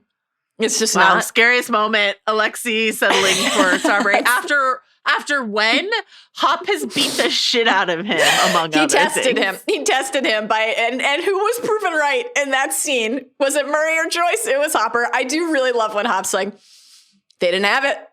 They didn't have it. David Harbour's delivery of that is really good. He's so good. And when he's like, this is Burger King and the 7-Eleven were nowhere near each other. Murray's like, I never said they were. That's great. Hopper, on the list of like impeached Chief Hopper, I will also add when he just like kills those 3 Russian soldiers and Murray's I had it, man. Yeah. Yes. Now I'm not sure that Murray did. Murray but, saying Lieutenant Molotov, he did not have it. He definitely did not have it. But Hop went to the machine gun with the quickness. Just it was worrying. Spraying bullets very quickly. The lack of, different time. Again, lack of concussion protocol for these children. We do get bleary-eyed L cam toward the end, but before that, I'm like, has anyone checked Jonathan's brain? He was hit in the head with a metal stool like 87 times during the hospital fights. That's very worrying. Very worrying. Oh, God. I guess I had to make it more serious. Yeah, go ahead. Oh, no. You want to put it serious? Not. I don't really have like a serious contender because I think most of the like scary monster stuff I'll hit in another category. But I will say on a more serious note, I think that the deployment of American Pie as the soundtrack for the scene where Billy and Heather flay Tom and Janet, and like the contrast of the idealized Americana juxtaposed against that domestic horror, like the dining room table into the living room. That's spooky. That's Heather's good. Blank expression as she like wields the wine bottle. Very, very good. I will say Mrs. Driscoll gobbling that fertilizer. It's a no for me. Absolutely tough. A lot. I mean, we'll get to the goop a little later on that goop rat. In terms of the sort of like Buffy-inspired real-world threat becomes monster, I will say Nancy being stalked by the sexist from her workplace and her ineffectual boss. Like that is genuinely scary to me. That hospital sequence. That like it's scarier when it's Jake Busey than when it's the goop monster. And I have one for you, just for you, Mallory. Tell me. When the Scoops troop slides down the center of the escalator, that's in close proximity to something that is very scary to you, which is just going down an escalator? I don't like a down escalator. Yeah. How was the slide down the center of it? How did that sit for you? Episode 7. If I didn't feel so deeply opposed to just smearing public filth all over my person, I actually would prefer to slide down the divider in the middle of an escalator, because the thing that fills me with dread with an escalator is it's just the first step. Once I'm on it, I'm okay. You're fine. A little like tentative on the balance front, but it's really it's the first step, and the question of will it be plummet to my doom? So the slide kind of takes that out of the equation for me. I don't mind it. Yeah. As you know, I now travel with Purell. A little bottle that you gave me when we were at Comic-Con is now in my bag always. You still have that? You've gone through like 20 since I do. Sorry, I do. Do you Purell your hands after every time you pump gas? You're telling me you pump gas and then you Purell your hands. Well, I back in the day, and now I have an electric, so it's not really an issue for me anymore. But if I touched an electric charger at a public place, I would absolutely use Purell. Oh my God, immediately. Then I would probably go wash my hands, and then I would use Purell again. Then I would use moisturizer so that my skin didn't fall off. Great. Speaking of. Fine. Yeah. Oh, on the Bruce Tom hospital chase scene, which I agree is harrowing. That's a good little hive mind reminder moment too, when like there's the crunch in the nose and the other guy's like, they do some good little stuff with that. Goopiest moment. Are you taking us back to our little rat friend who explodes and then sloshes forward with his little tail still visible? You going elsewhere? That was mine. I really thought it was going to be Goop Rat. There's just like few things that goop better than that rat gooping out of the cage. Yeah. And there's also when the goop remains of Tom and Bruce go down the sewer and the bone is left behind. Those are the two. It's a coin flip between those two. No, you got something else. It's actually not my number one. My number one. What? It also involves Tom. It's when the mind flayer latches onto Tom's face and we go from like suck to blow, and it's just sort of like for a while it's just gooping on his face for a protracted period of time. Stop phrasing. Don't suck to blow, and for a while it's just gooping on his face. That's a real timer on the phrasing front. Suck to blow is just an elite Spaceballs reference. Anyone with taste knows true. that.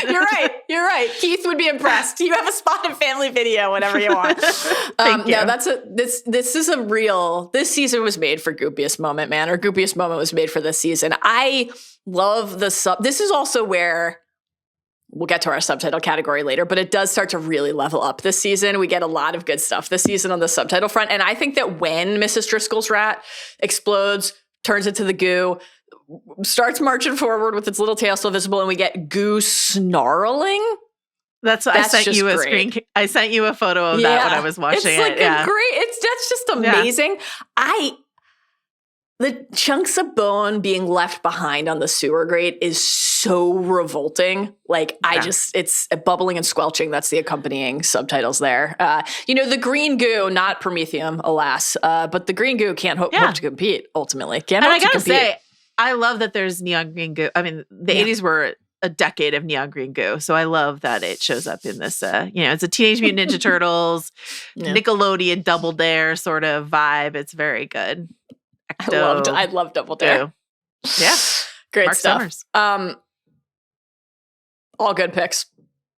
Very goopy season. Neither of us picked Billy touching the windshield of his car after the crash, and we get wet squelching. Maybe that'll come up in subtitles. I did write that down in my notes. I wrote that down in my note as like an early goop option. Yeah. Oh God. Best coming of age moment. What do you got here? This is always a fun one. I would like for people to skip ahead. Actually, I'm going to go back to goop for a second. I'd like people to skip ahead if they have like delicate ears or like children nearby. Okay. Should we consider the moment when Billy walks by Karen and her friends in the pool.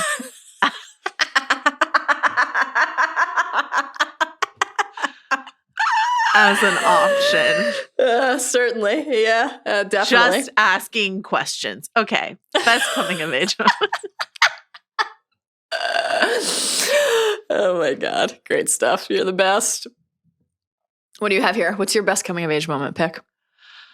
I don't have anything beyond your pick for scene because it's like Mike and Luke being little bitches to Will while he unfurls his campaign. Like, just extreme. My Mike Wheeler hate abounds this season, right? But like Mike and Will in the rain, which is your scene, and then, you know, Will destroying Castle Byers. Like, that's just like a real like growing pangs moment. So I knew you were going to talk about it elsewhere, but I couldn't top it. Couldn't leave it out here. That's my So this is where, because I didn't, this is the reason I didn't pick Max and Elle in Most Important Relationship is because I had already decided to feature the Material Girl shopping spree montage here. Brilliant in all respects, no matter what, but the extra just genius of splicing the hapless boys into this sequence is the best to me. Like the way that we are cutting between the groups and the guys are flailing, looking for their apology gifts, panicking as they look at the lingerie, squirting perfume in their faces like dipshits. They're just hapless. They're lost. And the girls are thriving. They are thriving, which, as you mentioned when you talked about this relationship, and I really agree. It's, you know, this lovely snapshot of female friendship. I also really love the way that we evolve from the kind of like threatened jealousy of the end of season 2 into this embrace. And even though it's kind of out of necessity, it ends up becoming such an authentic thing for both of them. And like that, then you have the empowerment of going to the mall when you're young and like asserting your independence and discovering who you are. You talked about that line already, but I love it too. The like, how do I know what you like? You know, you try things on, you find something that feels like you. Like me, I just think it's so great. And the smiles on their faces. I mean, I love making the Orange Julius explode, and we hate Stacey now and always. So she really, I mean, she had it coming. She had it coming. You know, the trying on the shoes, the trying on all of the outfits, taking the photos. But when they walk out and they're like strutting and they're smiling and their hair is bouncing and they just like had a fun day out in the world in a place Elle is not even supposed to be, with a person who 24 hours before she never would have been there with, is like such a great, wonderful little moment. And the way that the party will still come together to fight this evil, and they are united and they are still in each other's lives and they are working through their complicated feelings and the way that they are like changing. But there's this moment where it's like, yeah, sometimes these paths diverge a little bit and you go and have a day with a new person at the mall. And I just really love it. And of course it builds toward the, you know, instantly iconic, I dump your ass moment in front of the bus, which is just absolutely brutal stuff for Mike Wheeler. But, and then giggling on the bus after the bus giggle is great. Yeah. And like you have like you think of Elle on the bus just alone traveling to and from Illinois, a place she did not remember. Illinois. But you know, that like loneliness and a stranger asking, you know, where she was going home. And then you see here sitting next to somebody who she feels like a sense of belonging with. It's just really lovely. I really like the moment where Max offers up the comics, Green Lantern and Wonder Woman, and you know, so Max, big DC head, and of course Elle doesn't know what these things are, and Max is like, "See, this is what explains who Wonder Woman is," and is like, "This is why you just can't hang out with Mike all the time." It's just great. She's learning all sorts of new things about herself. So yeah, that's and you know, could this be needle drop? Of course. I actually have multiple categories, say outside of the needle drop category, that are musically inclined, because this is just an all-time needle drop season. Yeah. Really great. Really, really great. Actually, I have a musical one coming up in the next category, which is the only true currency in this bankrupt world is what you share with someone else when you're uncool award for honoring the nerds. What do you got here? I have so many. Why don't you go first? You've got a clip, so why don't you? Carlos, let's hear my clip for the Nerds Award. You can make it up to me now. What? I want to hear it. Not right now. Yes, now, Dusty Bun. Susie Pooh, this is urgent. Yes, you're saving the world. I heard you the first time, but Ged is also saving Earthsea, and he's about to confront the shadows, so this is Susie signing off. Wait. Okay.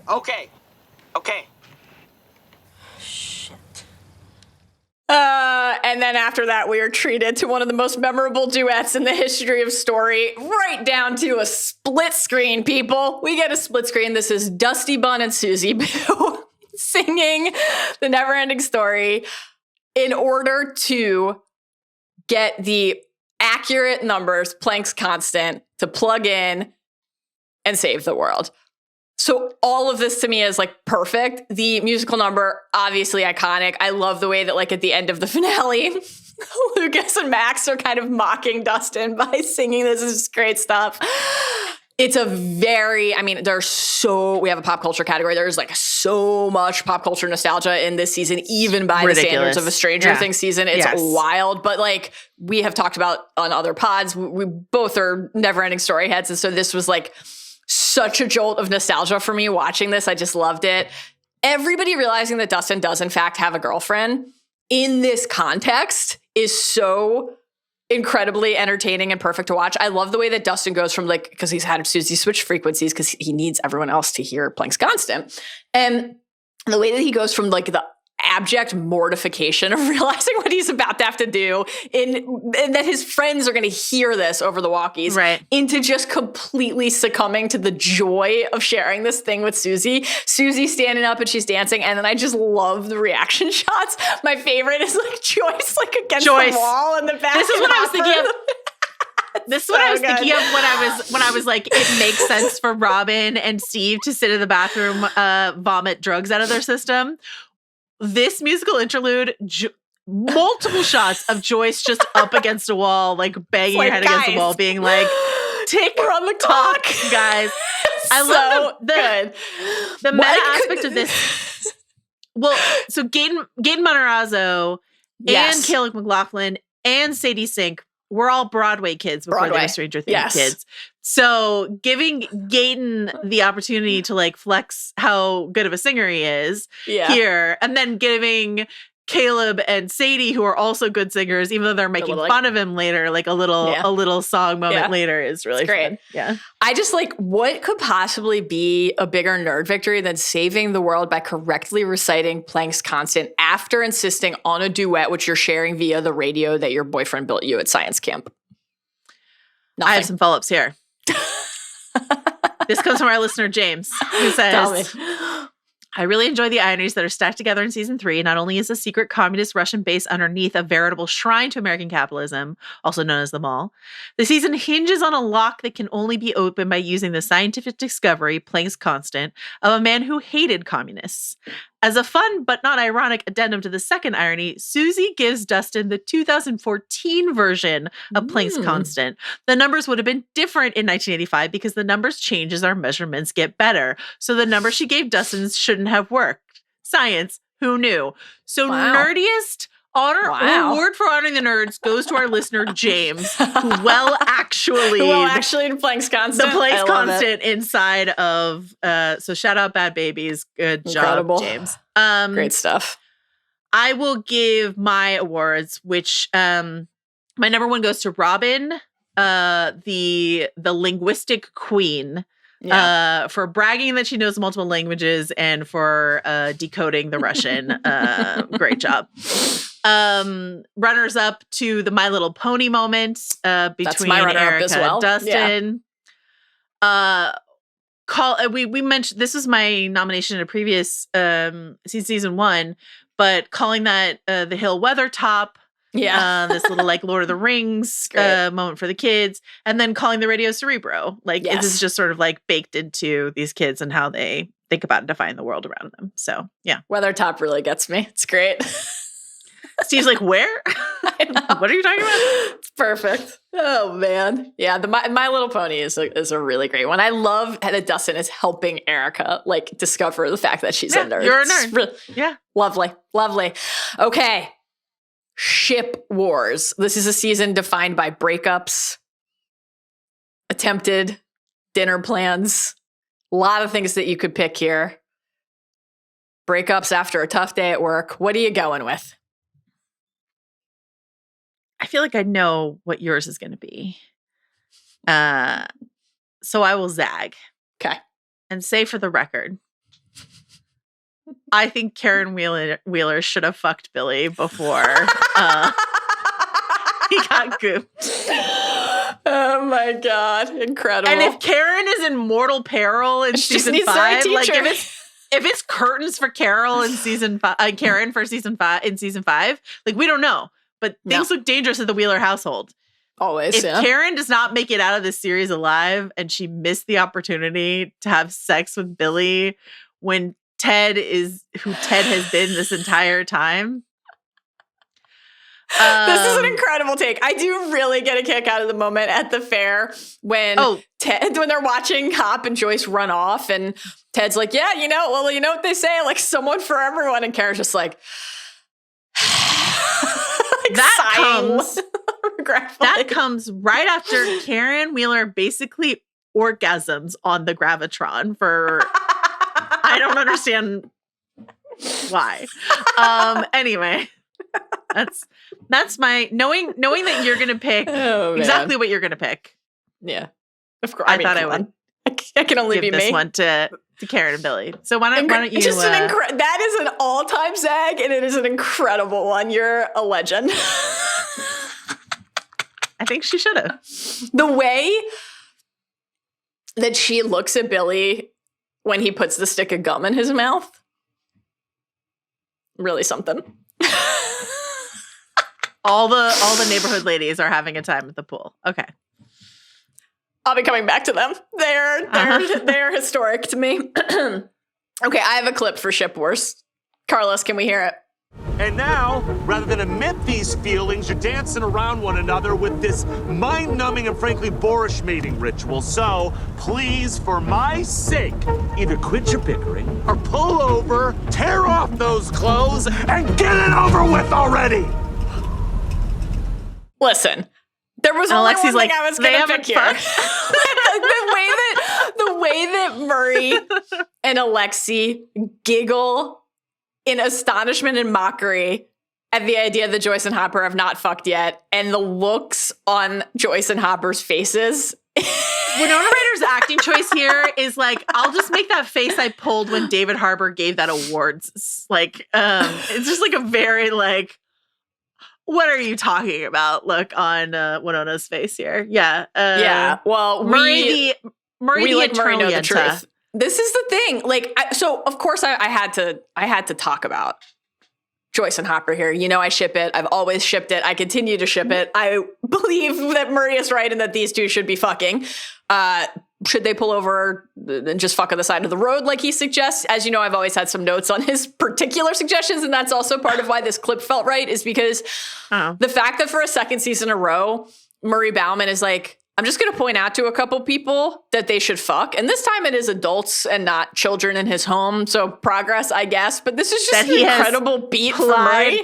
Plied with vodka. With alcohol and like unbelievable stuff. This scene is really incredible. I get a particular kick out of him, like kind of going almost like beat for beat parallel structure to what he said to Jonathan and Nancy, where like he's sort of like, you know, I know what's in your past. Yes, he's a brute. I know. Probably reminds you of a bad relationship. And gosh, you're really like a nice man to settle down with, but admit it. You're real curious to know what he's like in the sack. And it's like, again, you feel like he was talking directly to you, Mallory, straight to your soul. I feel like I know exactly what Hopper is like in the sack.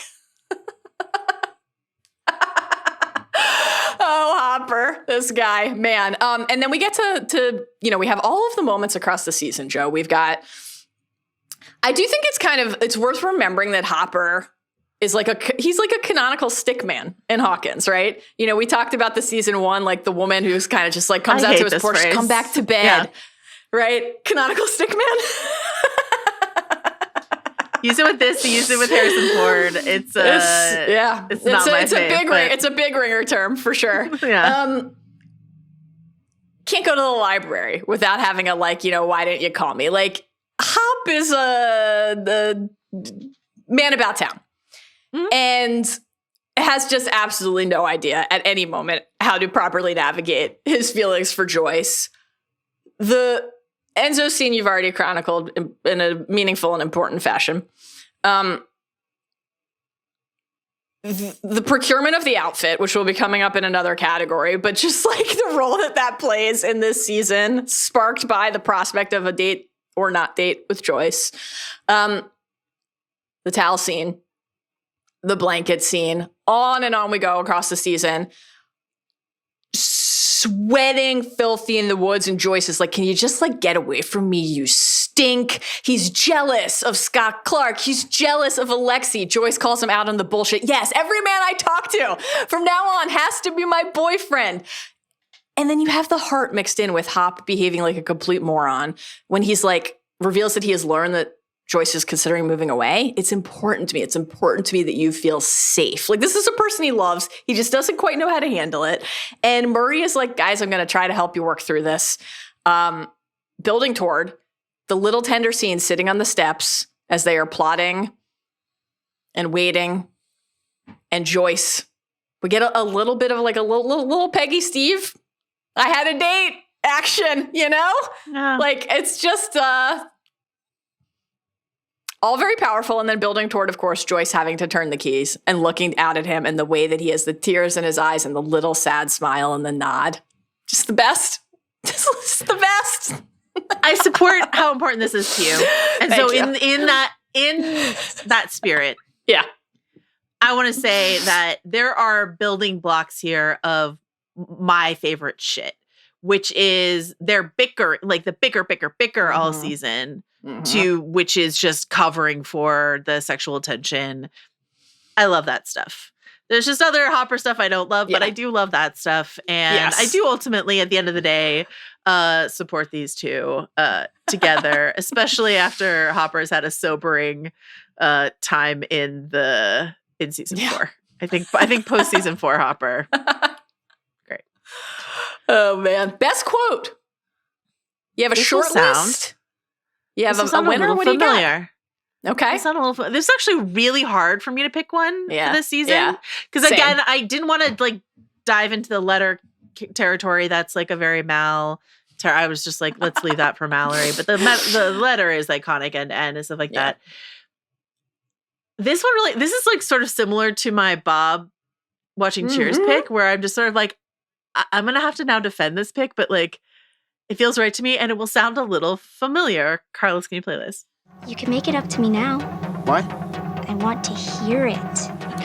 Not right now. Yes, now, Dusty Bun. Susie Poo, this is urgent. Yes, you're saving the world. I heard you the first time, but Ged is also saving Earthsea, and he's about to confront the shadows, so this is Susie signing off. Wait. Okay. Oh, man. A Le Guin head, our queen. It's the Ursula K. Le Guin for me. It's that Susie. Dustin, the whole season's like she's the perfect woman, and then our first shot of her, she's just like sitting there of an evening in her bedroom reading Ursula K. Le Guin. She is that woman. Like, she is that girl. The fact that what I love about her is that she's like, yeah, a lot's going on for you, but what's happening for Susie? What's Susie gonna get out of this? You have talked to me since we got back from camp. There's some girl, I don't know that she's a child, but there's some girl murmuring in the background of this radio call, and you just want some fucking number for me that you, Dustin, should already know, by the way. And then she's like, I'm in the middle of my story. And so like her talking about Earthsea and like how she's at this pivotal moment inside of her novel. And what I like about this is like a demented pick for best quote, but what I like about it is that it's great. It's like these kids are living a story. They're living the kind of stories that nerds dream about disappearing into. This is like Susie's in her bedroom in Utah, just sort of like vanishing inside of an Ursula K. Le Guin story, because like that's just sort of like what usually nerds do. And Dustin's like living this kind of story day to day. And so it's just like the gift of Stranger Things is like, what if the stories that you love to read became your life? Like that's the joy of an Amblin sort of adventure. And so making the Never Ending Story song choice all the more perfect, obviously. I mean, very good. Yeah. If you've never, like, obviously you should see the Neverending Story if you've never seen it, but most people have seen the Neverending Story. You should read the Neverending Story. Michael Enda's book is so good. And so, yeah, we just love a fantasy nerd. We love that for Susie. We love this for Dustin, that he's got this cool girlfriend. And I know. I just had to pick it. I think it's genuinely, great. I'm confused by my own choice, but I'm also feeling really good about it. So I think this is an absolutely sensational pick. Gold star. Thank you. No notes. Susie will not have to break into the records and change your transcript in season 4. Only Dustin's. Oh, man. Okay. I had a hard time with this, too. I have like a short list of contenders. Maybe you can help me pick. Okay. All right. Dustin to Steve. Now that you're out of high school, which means you're technically an adult, don't you think it's time you move on from primitive constructs such as popularity? Just great stuff from our little wise man, Dustin. Very good. Couple good Erica contenders. Erica is a real treat, and I enjoy both of these quite a bit. You know what this half-baked plan of yours sounds like to me? Child endangerment. Child endangerment.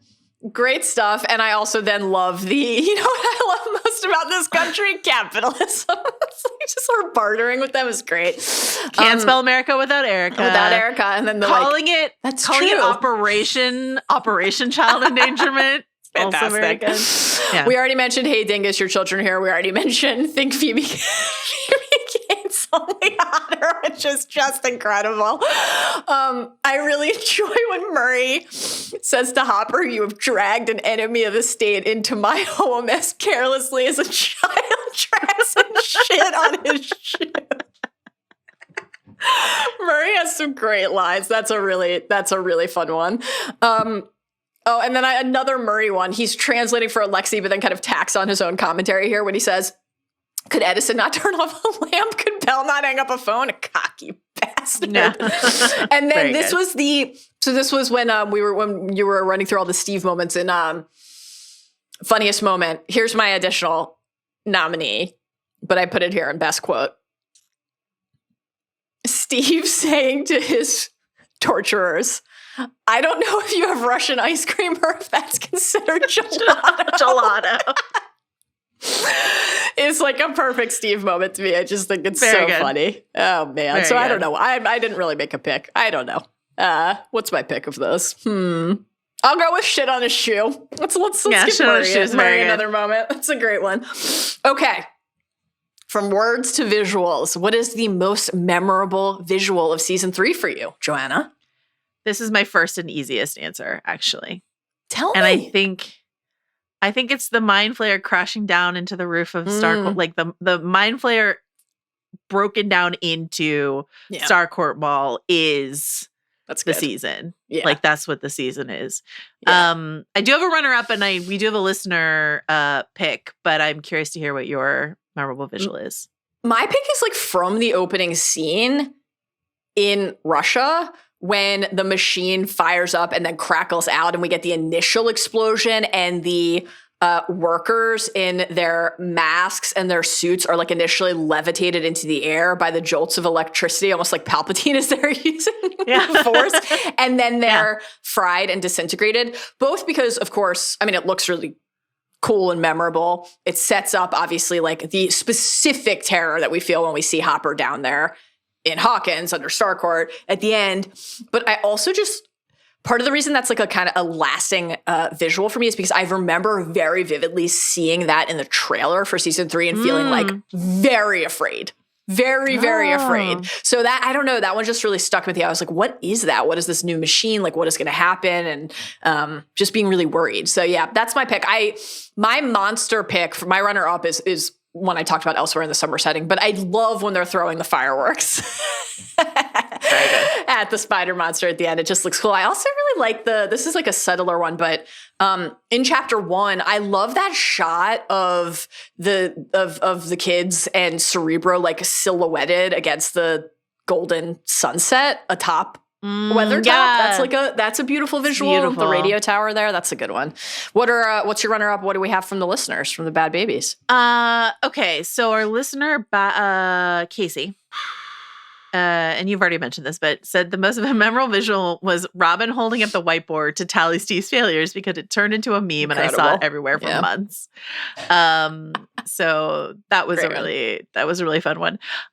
The other pick that I have from this season is, it's worth mentioning. So the final season, the directors are the Duffer Brothers, Sean Levy, who obviously has directed a bunch of Stranger Things, but also Frank Darabont is directing a couple episodes of the final season of Stranger Things, which is really exciting.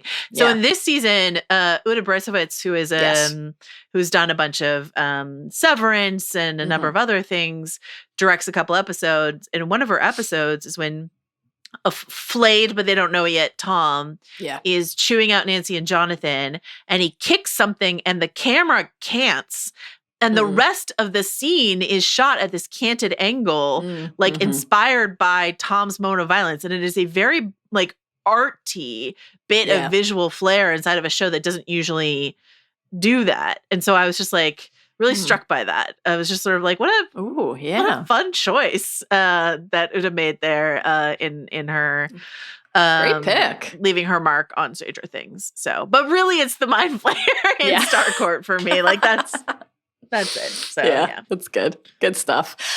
Favorite pop culture influence on this season? The list is interminable. It's impossible. Should we go back? Should we ping pong back and forth? You do one and I'll do one. Yes, throw out we'll try to cap ourselves at 5 to 10 total, I guess. So we've already talked about a bunch of them, but what's you start, kick us off. What do you got? I'll go further down the list and I'll say Mayor Dread Pirate Roberts and his Zach Morris phone. That's a great one. I also think of Zach Morris when he picks up that phone. It is so huge. I guess we could just talk once more about Phoebe Cates. Fast Times, obviously, all over Stranger Things, always. But the Scoops Ahoy outfit is a Fast Times reference. Oh yeah, definitely. The whole food court mall thing, all of it, obviously, and then just the absolute magical payoff of Steve running into the cardboard cutout and remembering what movie he likes is great. Also, of course, just the Billy gender swap of hot person walking in. When they're fake fuck, she's leaving about Heather, who is the sort of Phoebe Cates type, and they're she's going away, and then Billy gets the needle drop instead. Yeah. It's a slow mo. It's just great stuff. Very good. Red Dawn, War Games, Terminator, Day of the Dead, but Dawn of the Dead for the shopping mall stuff, Body Snatchers, The Thing, obviously, Gremlins, The Fly, Mallrats, Back Alien, to the Future, Star Wars, Christine. I wrote down on my list. Steve with the radioactive goop, very Indiana Jones, of course. I wrote. There's a sequence where when 11 and Max and Mike are hiding in the Gap, and I was is this Velociraptor in the kitchen?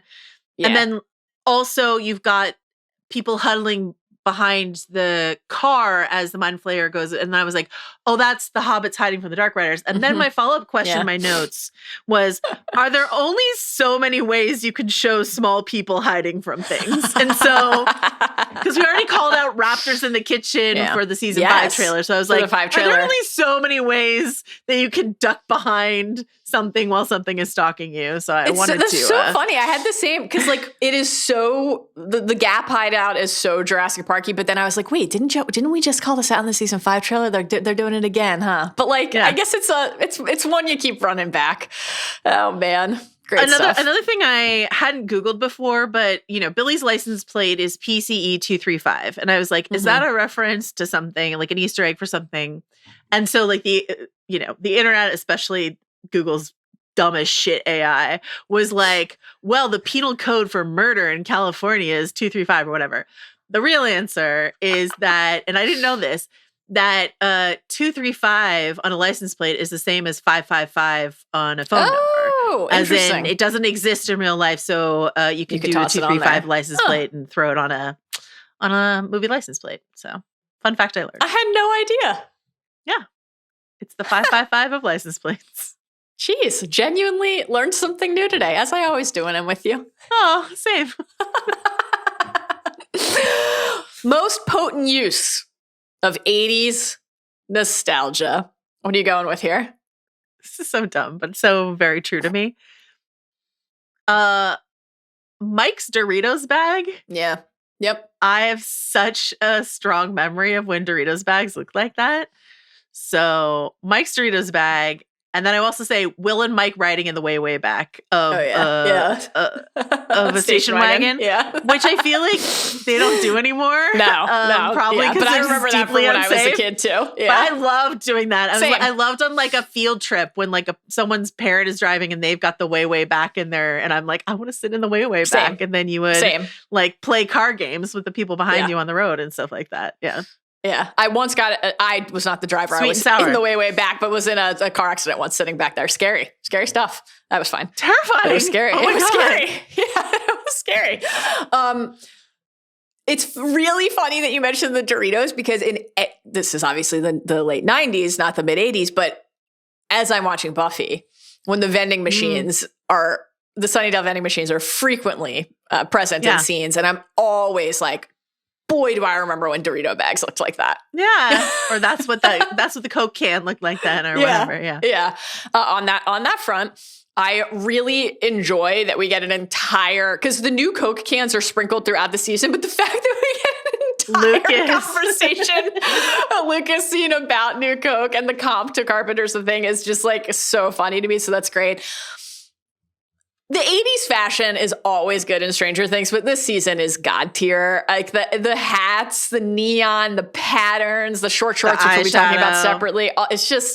It's incredible. I guess I'll toss in less charming and fun, but Cold War paranoia in terms of the deployment of the Russians in this season. Sure. You know, obviously that's a very of the time story beat. And like, you know, we remarked upon this when we were revisiting the prior seasons, but like the seeds that are planted for like, well, what if, you know, they got a hold of this and they did this thing, or like, you know, the cover stories or the fear that a Russian agent is that, you know, Elle is like, oh, this is a Russian agent in the neighborhood. And then to actually go there with the story in season 3 is, interesting development there, even though, I just call him Terminator in my notes. I guess his name is it Grigori? I did not bother to look it up because I just wrote Terminator every time. Yeah. So I was just like, this Terminator. So there's that too. We'll stick with the 80s here. 80s parents, we have some notes. And I will just say that this is where I had all of the moms and adult women in Hawkins go into the pool with a full face of makeup on, sitting there waiting for Billy, who, yes, has graduated high school, but is a teen, to walk by so that they can think about fucking him. This is just an incredible thing that obviously they're priming us for this at the end of season 2 when Karen and Billy have their moment at the door. Yeah. Karen's just got the romance novel still at the pool here. Just incredible. This is like, I will spoil that Karen, I had this in my fit watch sort of thing, but I'll bring it up here. Yeah. Not just the suit, Karen wearing heels to the pool. High heels to the pool, Karen Wheeler. Excellent stuff. I actually have a Karen Wheeler moment for this in 80s parenting. We have some notes. Me too, as my runner-up. Yeah. It's like a good scene between Karen and Nancy in the kitchen. It was great. Later in the Graviton, when Joyce is like, where are our kids? Karen will be like, I don't know. Who knows? I would like to read that entire quote. Oh my gosh, I can hardly keep track these days. They were at Dustin's, then Lucas's, then Max's. You know how it is. Summer. Right. And then Erica also talks about her like network of sleepover coverage, blah, blah, but she's like, but if I miss this party, my mom, blah, blah, blah. But Karen and Nancy in the kitchen, right? You're a fighter. Really I get it from you, Mom. I get it from you. I got it from watching you. Basically, makes me emotional. It's extremely good. It's really, really good. And I really liked it. So, yeah. I love that because Karen and Nancy, like, you know, they have so much tension between them in the earlier seasons. And like, when does Nancy feel like she has to push back against Karen? When does she feel like she can like confide and open up to her? When does she feel like she's being judged? And so obviously we have like this access to how Karen is thinking about her own life. And like, on the one hand, this feeling of like, this is a thing I can't jeopardize my family, but also clearly feeling like a little bit trapped by it. And then, you know, saying to Nancy, like, people are always saying that you can't, that you shouldn't, that you're not smart enough, you're not good enough, right? Like, go do the thing that you believe is right. And I'm always really struck by that scene. I love that, especially because like they set it up with Karen knocking at the door, and you're kind of like, well, Nancy's not going to answer. She's not going to tell her mom what's going on because that's their history. And then when she does, it's like really lovely. I will say I think it's a silly and abrupt swing for Joyce to go from like clinging overprotective season 2 Joyce to I'm going to Illinois and I'll call like once on the payphone to try to figure out like where Will is and stuff like that.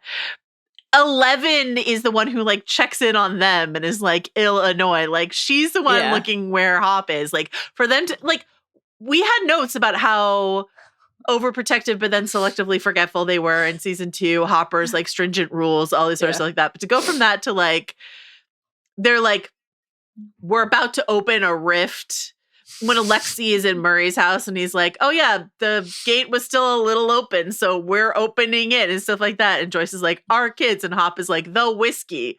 I was like, find 11. Like, what are we doing? So, yeah. All priming us for just gallivanting about the globe in season 4. Yeah. Instead of checking in on the kids at all. Yeah, it's quite a swing. I agree.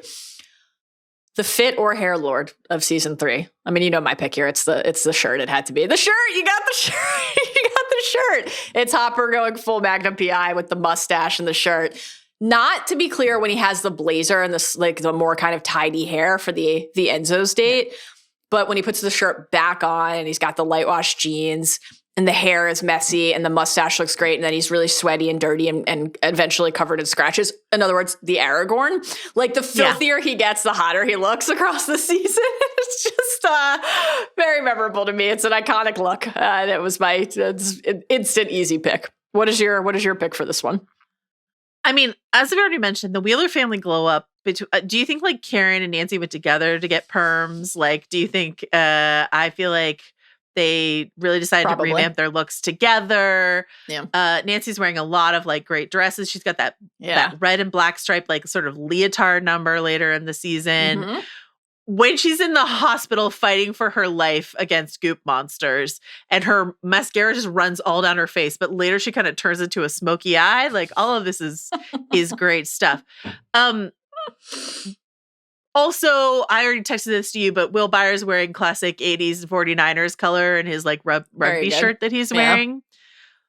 Like fucking 49ers, man. San Francisco. Love to see it. But it's got to be it's Max and Elle at the Gap. Yeah. And then later I would say the Mind Flayer's biting critique of her copying the outfit straight off the mannequin. Knocking over the mannequin wearing the exact same outfit is an incredible moment. It's great. It's pretty good. It's pretty good. I love it. Oh, man. We have a related category today at your request. It is. This is a category specifically dedicated to short shorts. The shortest shorts lord. Who would you like to honor here? Here's the thing. It's not that the inseams got that much shorter. It's that the boys' legs got longer. And so they just look increasingly like storks walking around. You have a clip for this. I'm fascinated to hear what your clip is for this. On the front of the party, the youngsters and how short the shorts are, I will just remark that when I first watched this season, I was like, my God, those are short shorts. And now I watch the season and I'm like, these kids are on trend. Same thing with the rugby shirt, actually. Like, they just look like they're like being featured in the GQ Instagram. Like, thank you, Paul Mescal, for bringing short shorts back. Like, we are back at a short short cycle. But I'm going with a different character.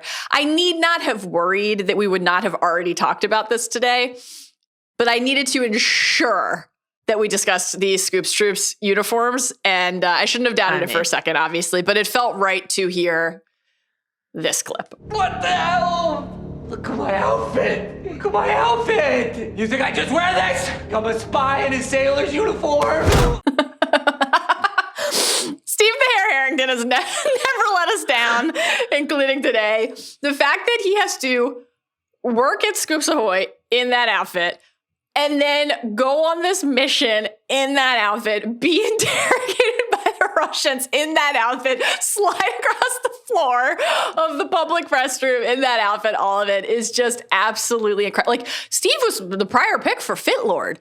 Steve has moved from Fit Lord into he is wearing the Scoops Ahoy Can I just say, sailor uniform for 99% of the season. This is maybe my favorite Steve Hair season, actually. It's very good. It's fantastic.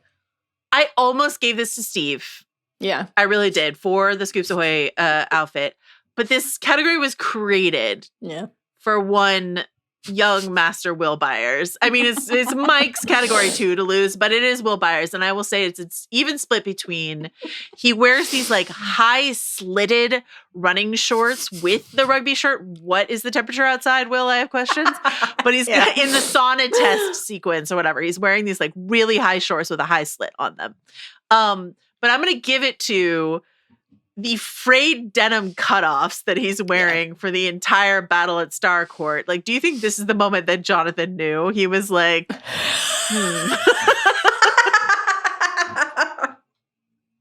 I wonder.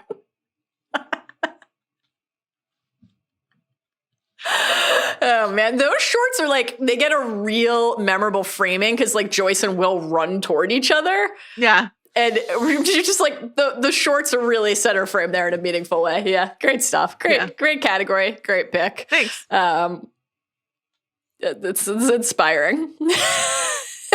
It's part of what makes Stranger Things Stranger Things. So it's important no question. to remember. Speaking of which, another thing that makes Stranger Things, the musical accompaniments. Robust field today. How do we choose? Best needle drop. Yeah. What are you going with? I will shout out our listener, Dana, who, this is her entire email. She wrote it immediately after our last pod.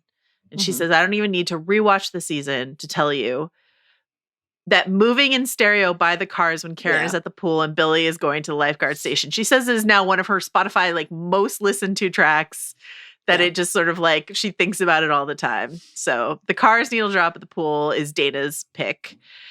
We've already talked about the Never Ending Story, right? Like, that is absolutely iconic. Never Ending Story is iconic. Material Girl, iconic. There's some great ones here. I of course, unsurprisingly, you know what I went with. You don't mess around with Jim. Yeah. The return. Yeah. Going from Jim Croce Honey comes back Smacks, around. one of my favorite cereals, into I just love the way he's singing it in the car. He's celebrating. He thinks he's won because Mike doesn't show up, and the way that he is rocking out in the truck, slamming on the steering wheel. You don't suck for on his Superman's cape. Incredible. His all-time bad parenting. All right. Yes. Mr. Clark listening to My Bologna by Weird Al is like one of the best things to happen. Wake Me Up Before You Go for the aerobics guy, would be Russian Spy, but is an aerobics guy. So good. Higher and Higher, Jackie Wilson from Memorably and used in Ghostbusters 2. One of my favorite tracks. Love that. We'll Meet Again, when you see how much of this the town has been flayed, a Dr. Strangelove reference. Yes. But I'm going to give it again to Jim Hopper for listening to Lover Girl by Tina Maria. That's just a very off-brand Jim Hopper pick, and I really love it. So that is my choice. Great one. Paired with Moving in Stereo, the use of Hot Blooded, really good as well. I'm always struck by Mike breaking into song mid-makeout session. I can't fight this feeling. Very good. Very good. And then of course we should note that there's more than one returning song this season. It's not just Hop rocking out in season 2 while cleaning the cabin to You Don't Mess Around with Jim and then bringing it back here as a victory anthem. We also get the return of the Peter Gabriel version of Heroes, which of course is so memorably deployed in season 1 and then returns here to close the season. So that's a big one on the needle drop front. I mean, I feel like it kind of is is like it's Material Girl or Never Ending Story, but we talked about them in other categories. So We did. If this had Netflix subtitles, wait, it does. What is the most Netflixy of the Netflix subtitles? I'm going to give it to a sequence that we get from, this is the aforementioned, you already mentioned one of them. This is the aforementioned like goop that goes down the drain moment. But we get bubbling and squelching as well as chittering and squelching. Upsetting. Yeah. As well as then rhythmic grunting. And this is all in attribution to the goop monster here. So bubbling and squelching, chittering and squelching, rhythmic grunting. And we should say, one of our listeners sent us an article that was in The Guardian, and I think it was, about how Netflix is moving into using AI to like translate their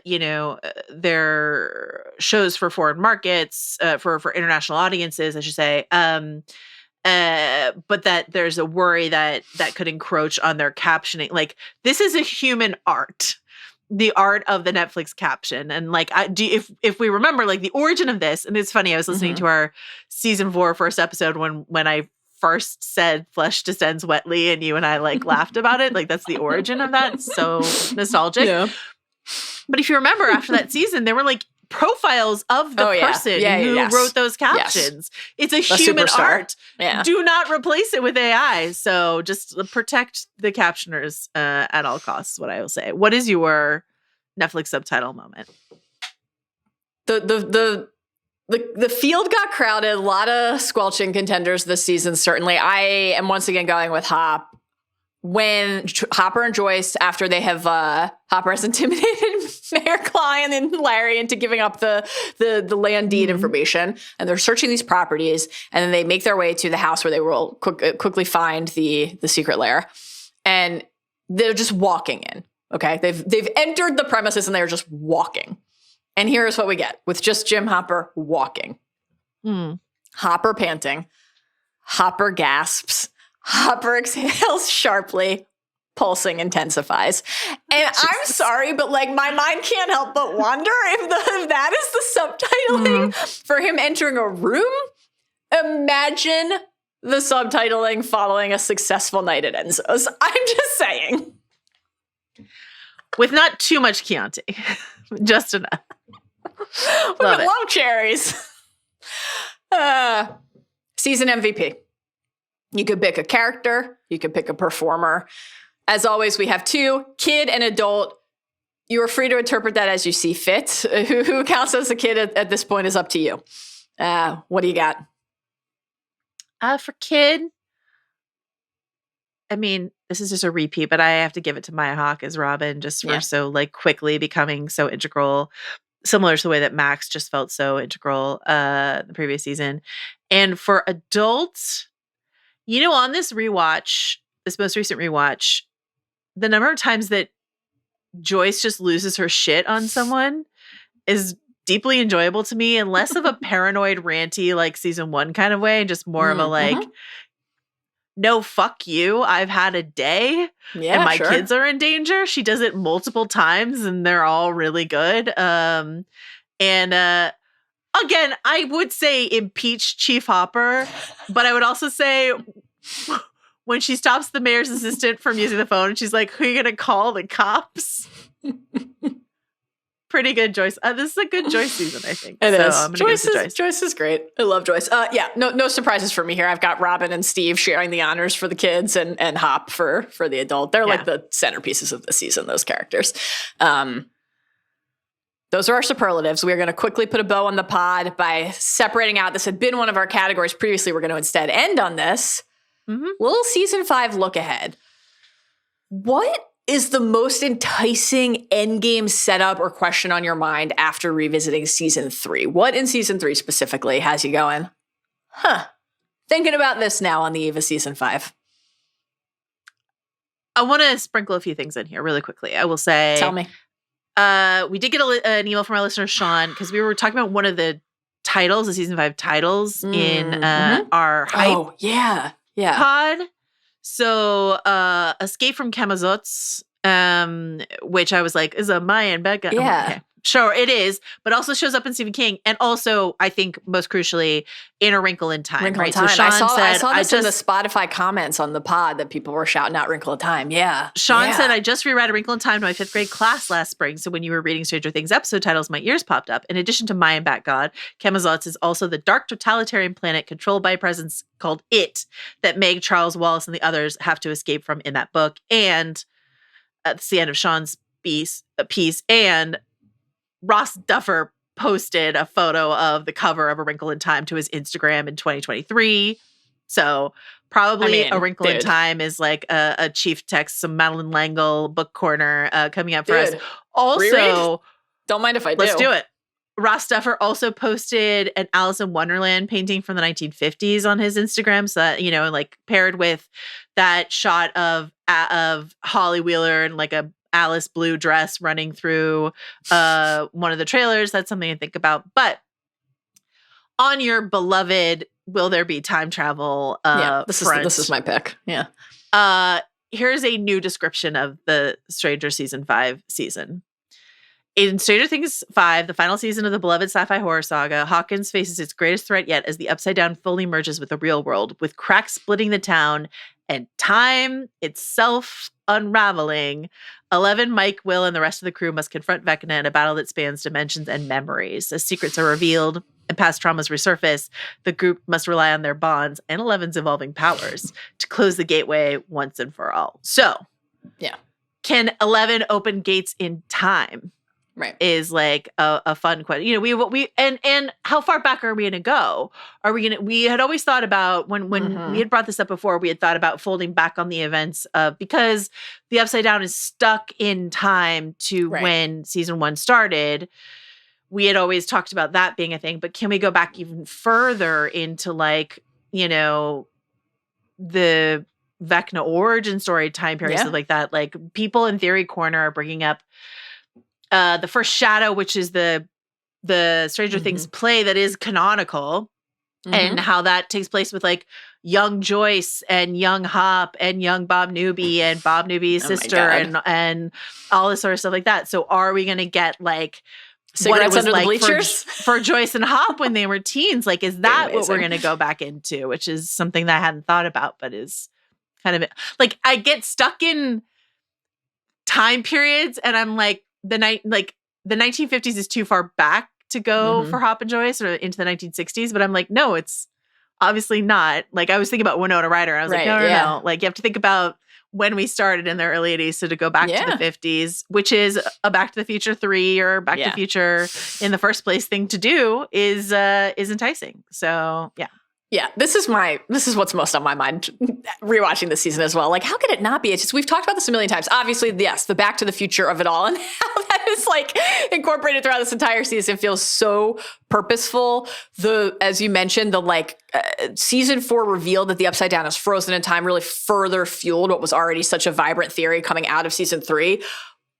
Rewatching, every time I rewatch, and I think this is obviously like a widely held belief, every time you revisit the letter sequence, it is, how can it be anything but incredibly purposeful the way that is edited, where we are moving in and out of time. I'll be so happy for you if this is the case, because like this has I don't been need it to be, but it just feels like... No, I know. Hold your theories loosely. Yes. But this has been a cherished theory for you for years. Many years. So I hope that it has been so many years. Have we mentioned how many years it's been? This season came out in 2019. I still remember watching it the first time, and it's like, okay, Ella's reading the letter. We're hearing Hopper's voice. We see him writing it. We're watching the kids like sob as they say goodbye to each other. Will crying, Elle crying in the U-Haul leaving Hawkins, driving past the sign. Mike goes home. Karen hugs him. Dustin and Lucas give the box with the D&D in it to Erica. Like, we have moved through sequences of events. And then we go back and Joyce walks into the room and Ella's sitting there reading it.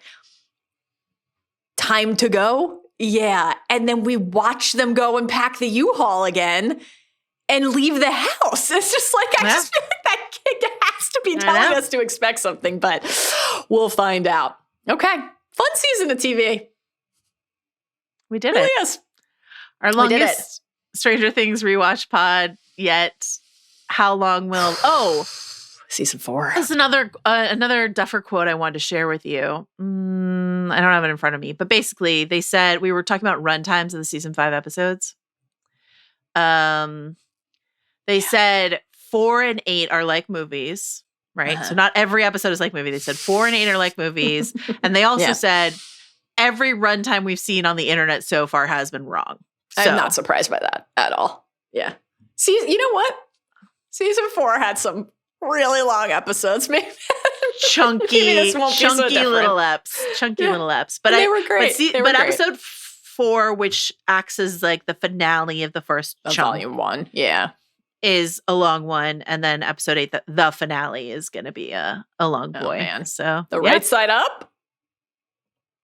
I can't wait. Go. Can't believe we're only a few months away from the end of Stranger Things. I know. A decade-long journey. Sheesh. All right. We did it. They didn't have Cherry, but they had a 2.5-hour revisitation of season 3. And you know what? That's even more delicious. That's even more delicious than a Slurpee of any flavor. This was an absolute blast. Delightful. I will miss you terribly next week. And I cannot wait to reunite. Vacation. Thank you. I'll try. You deserve it. I'll try. I can't wait to talk about all the things that we're going to talk about when we are back together. We're just a couple weeks away from potting about Buffy season 2. What a time to be us. My goodness. Thank yous, as always. Thank you to our Scoops troupe today. Carlos Chiriboga, back from Ireland and here with us in the Upside Down. John Richter has been here at Starcourt with us the whole time. And Arjuna Ramgopal, who, what's another place that's featured in this season other than Scoops Ahoy? It's been at the fun fair with us. The fun fair. Mayor Klein's fun fair, proven that the games are not rigged. And of course, Jomia Deneron on the socials, as always. Thank you to the whole Scoops troupe today. We will see you in just a few weeks for our rewatch of season 4. And then before you know it, season 5 will be here. Wow. Can't wait. What a time. Bye. Bye.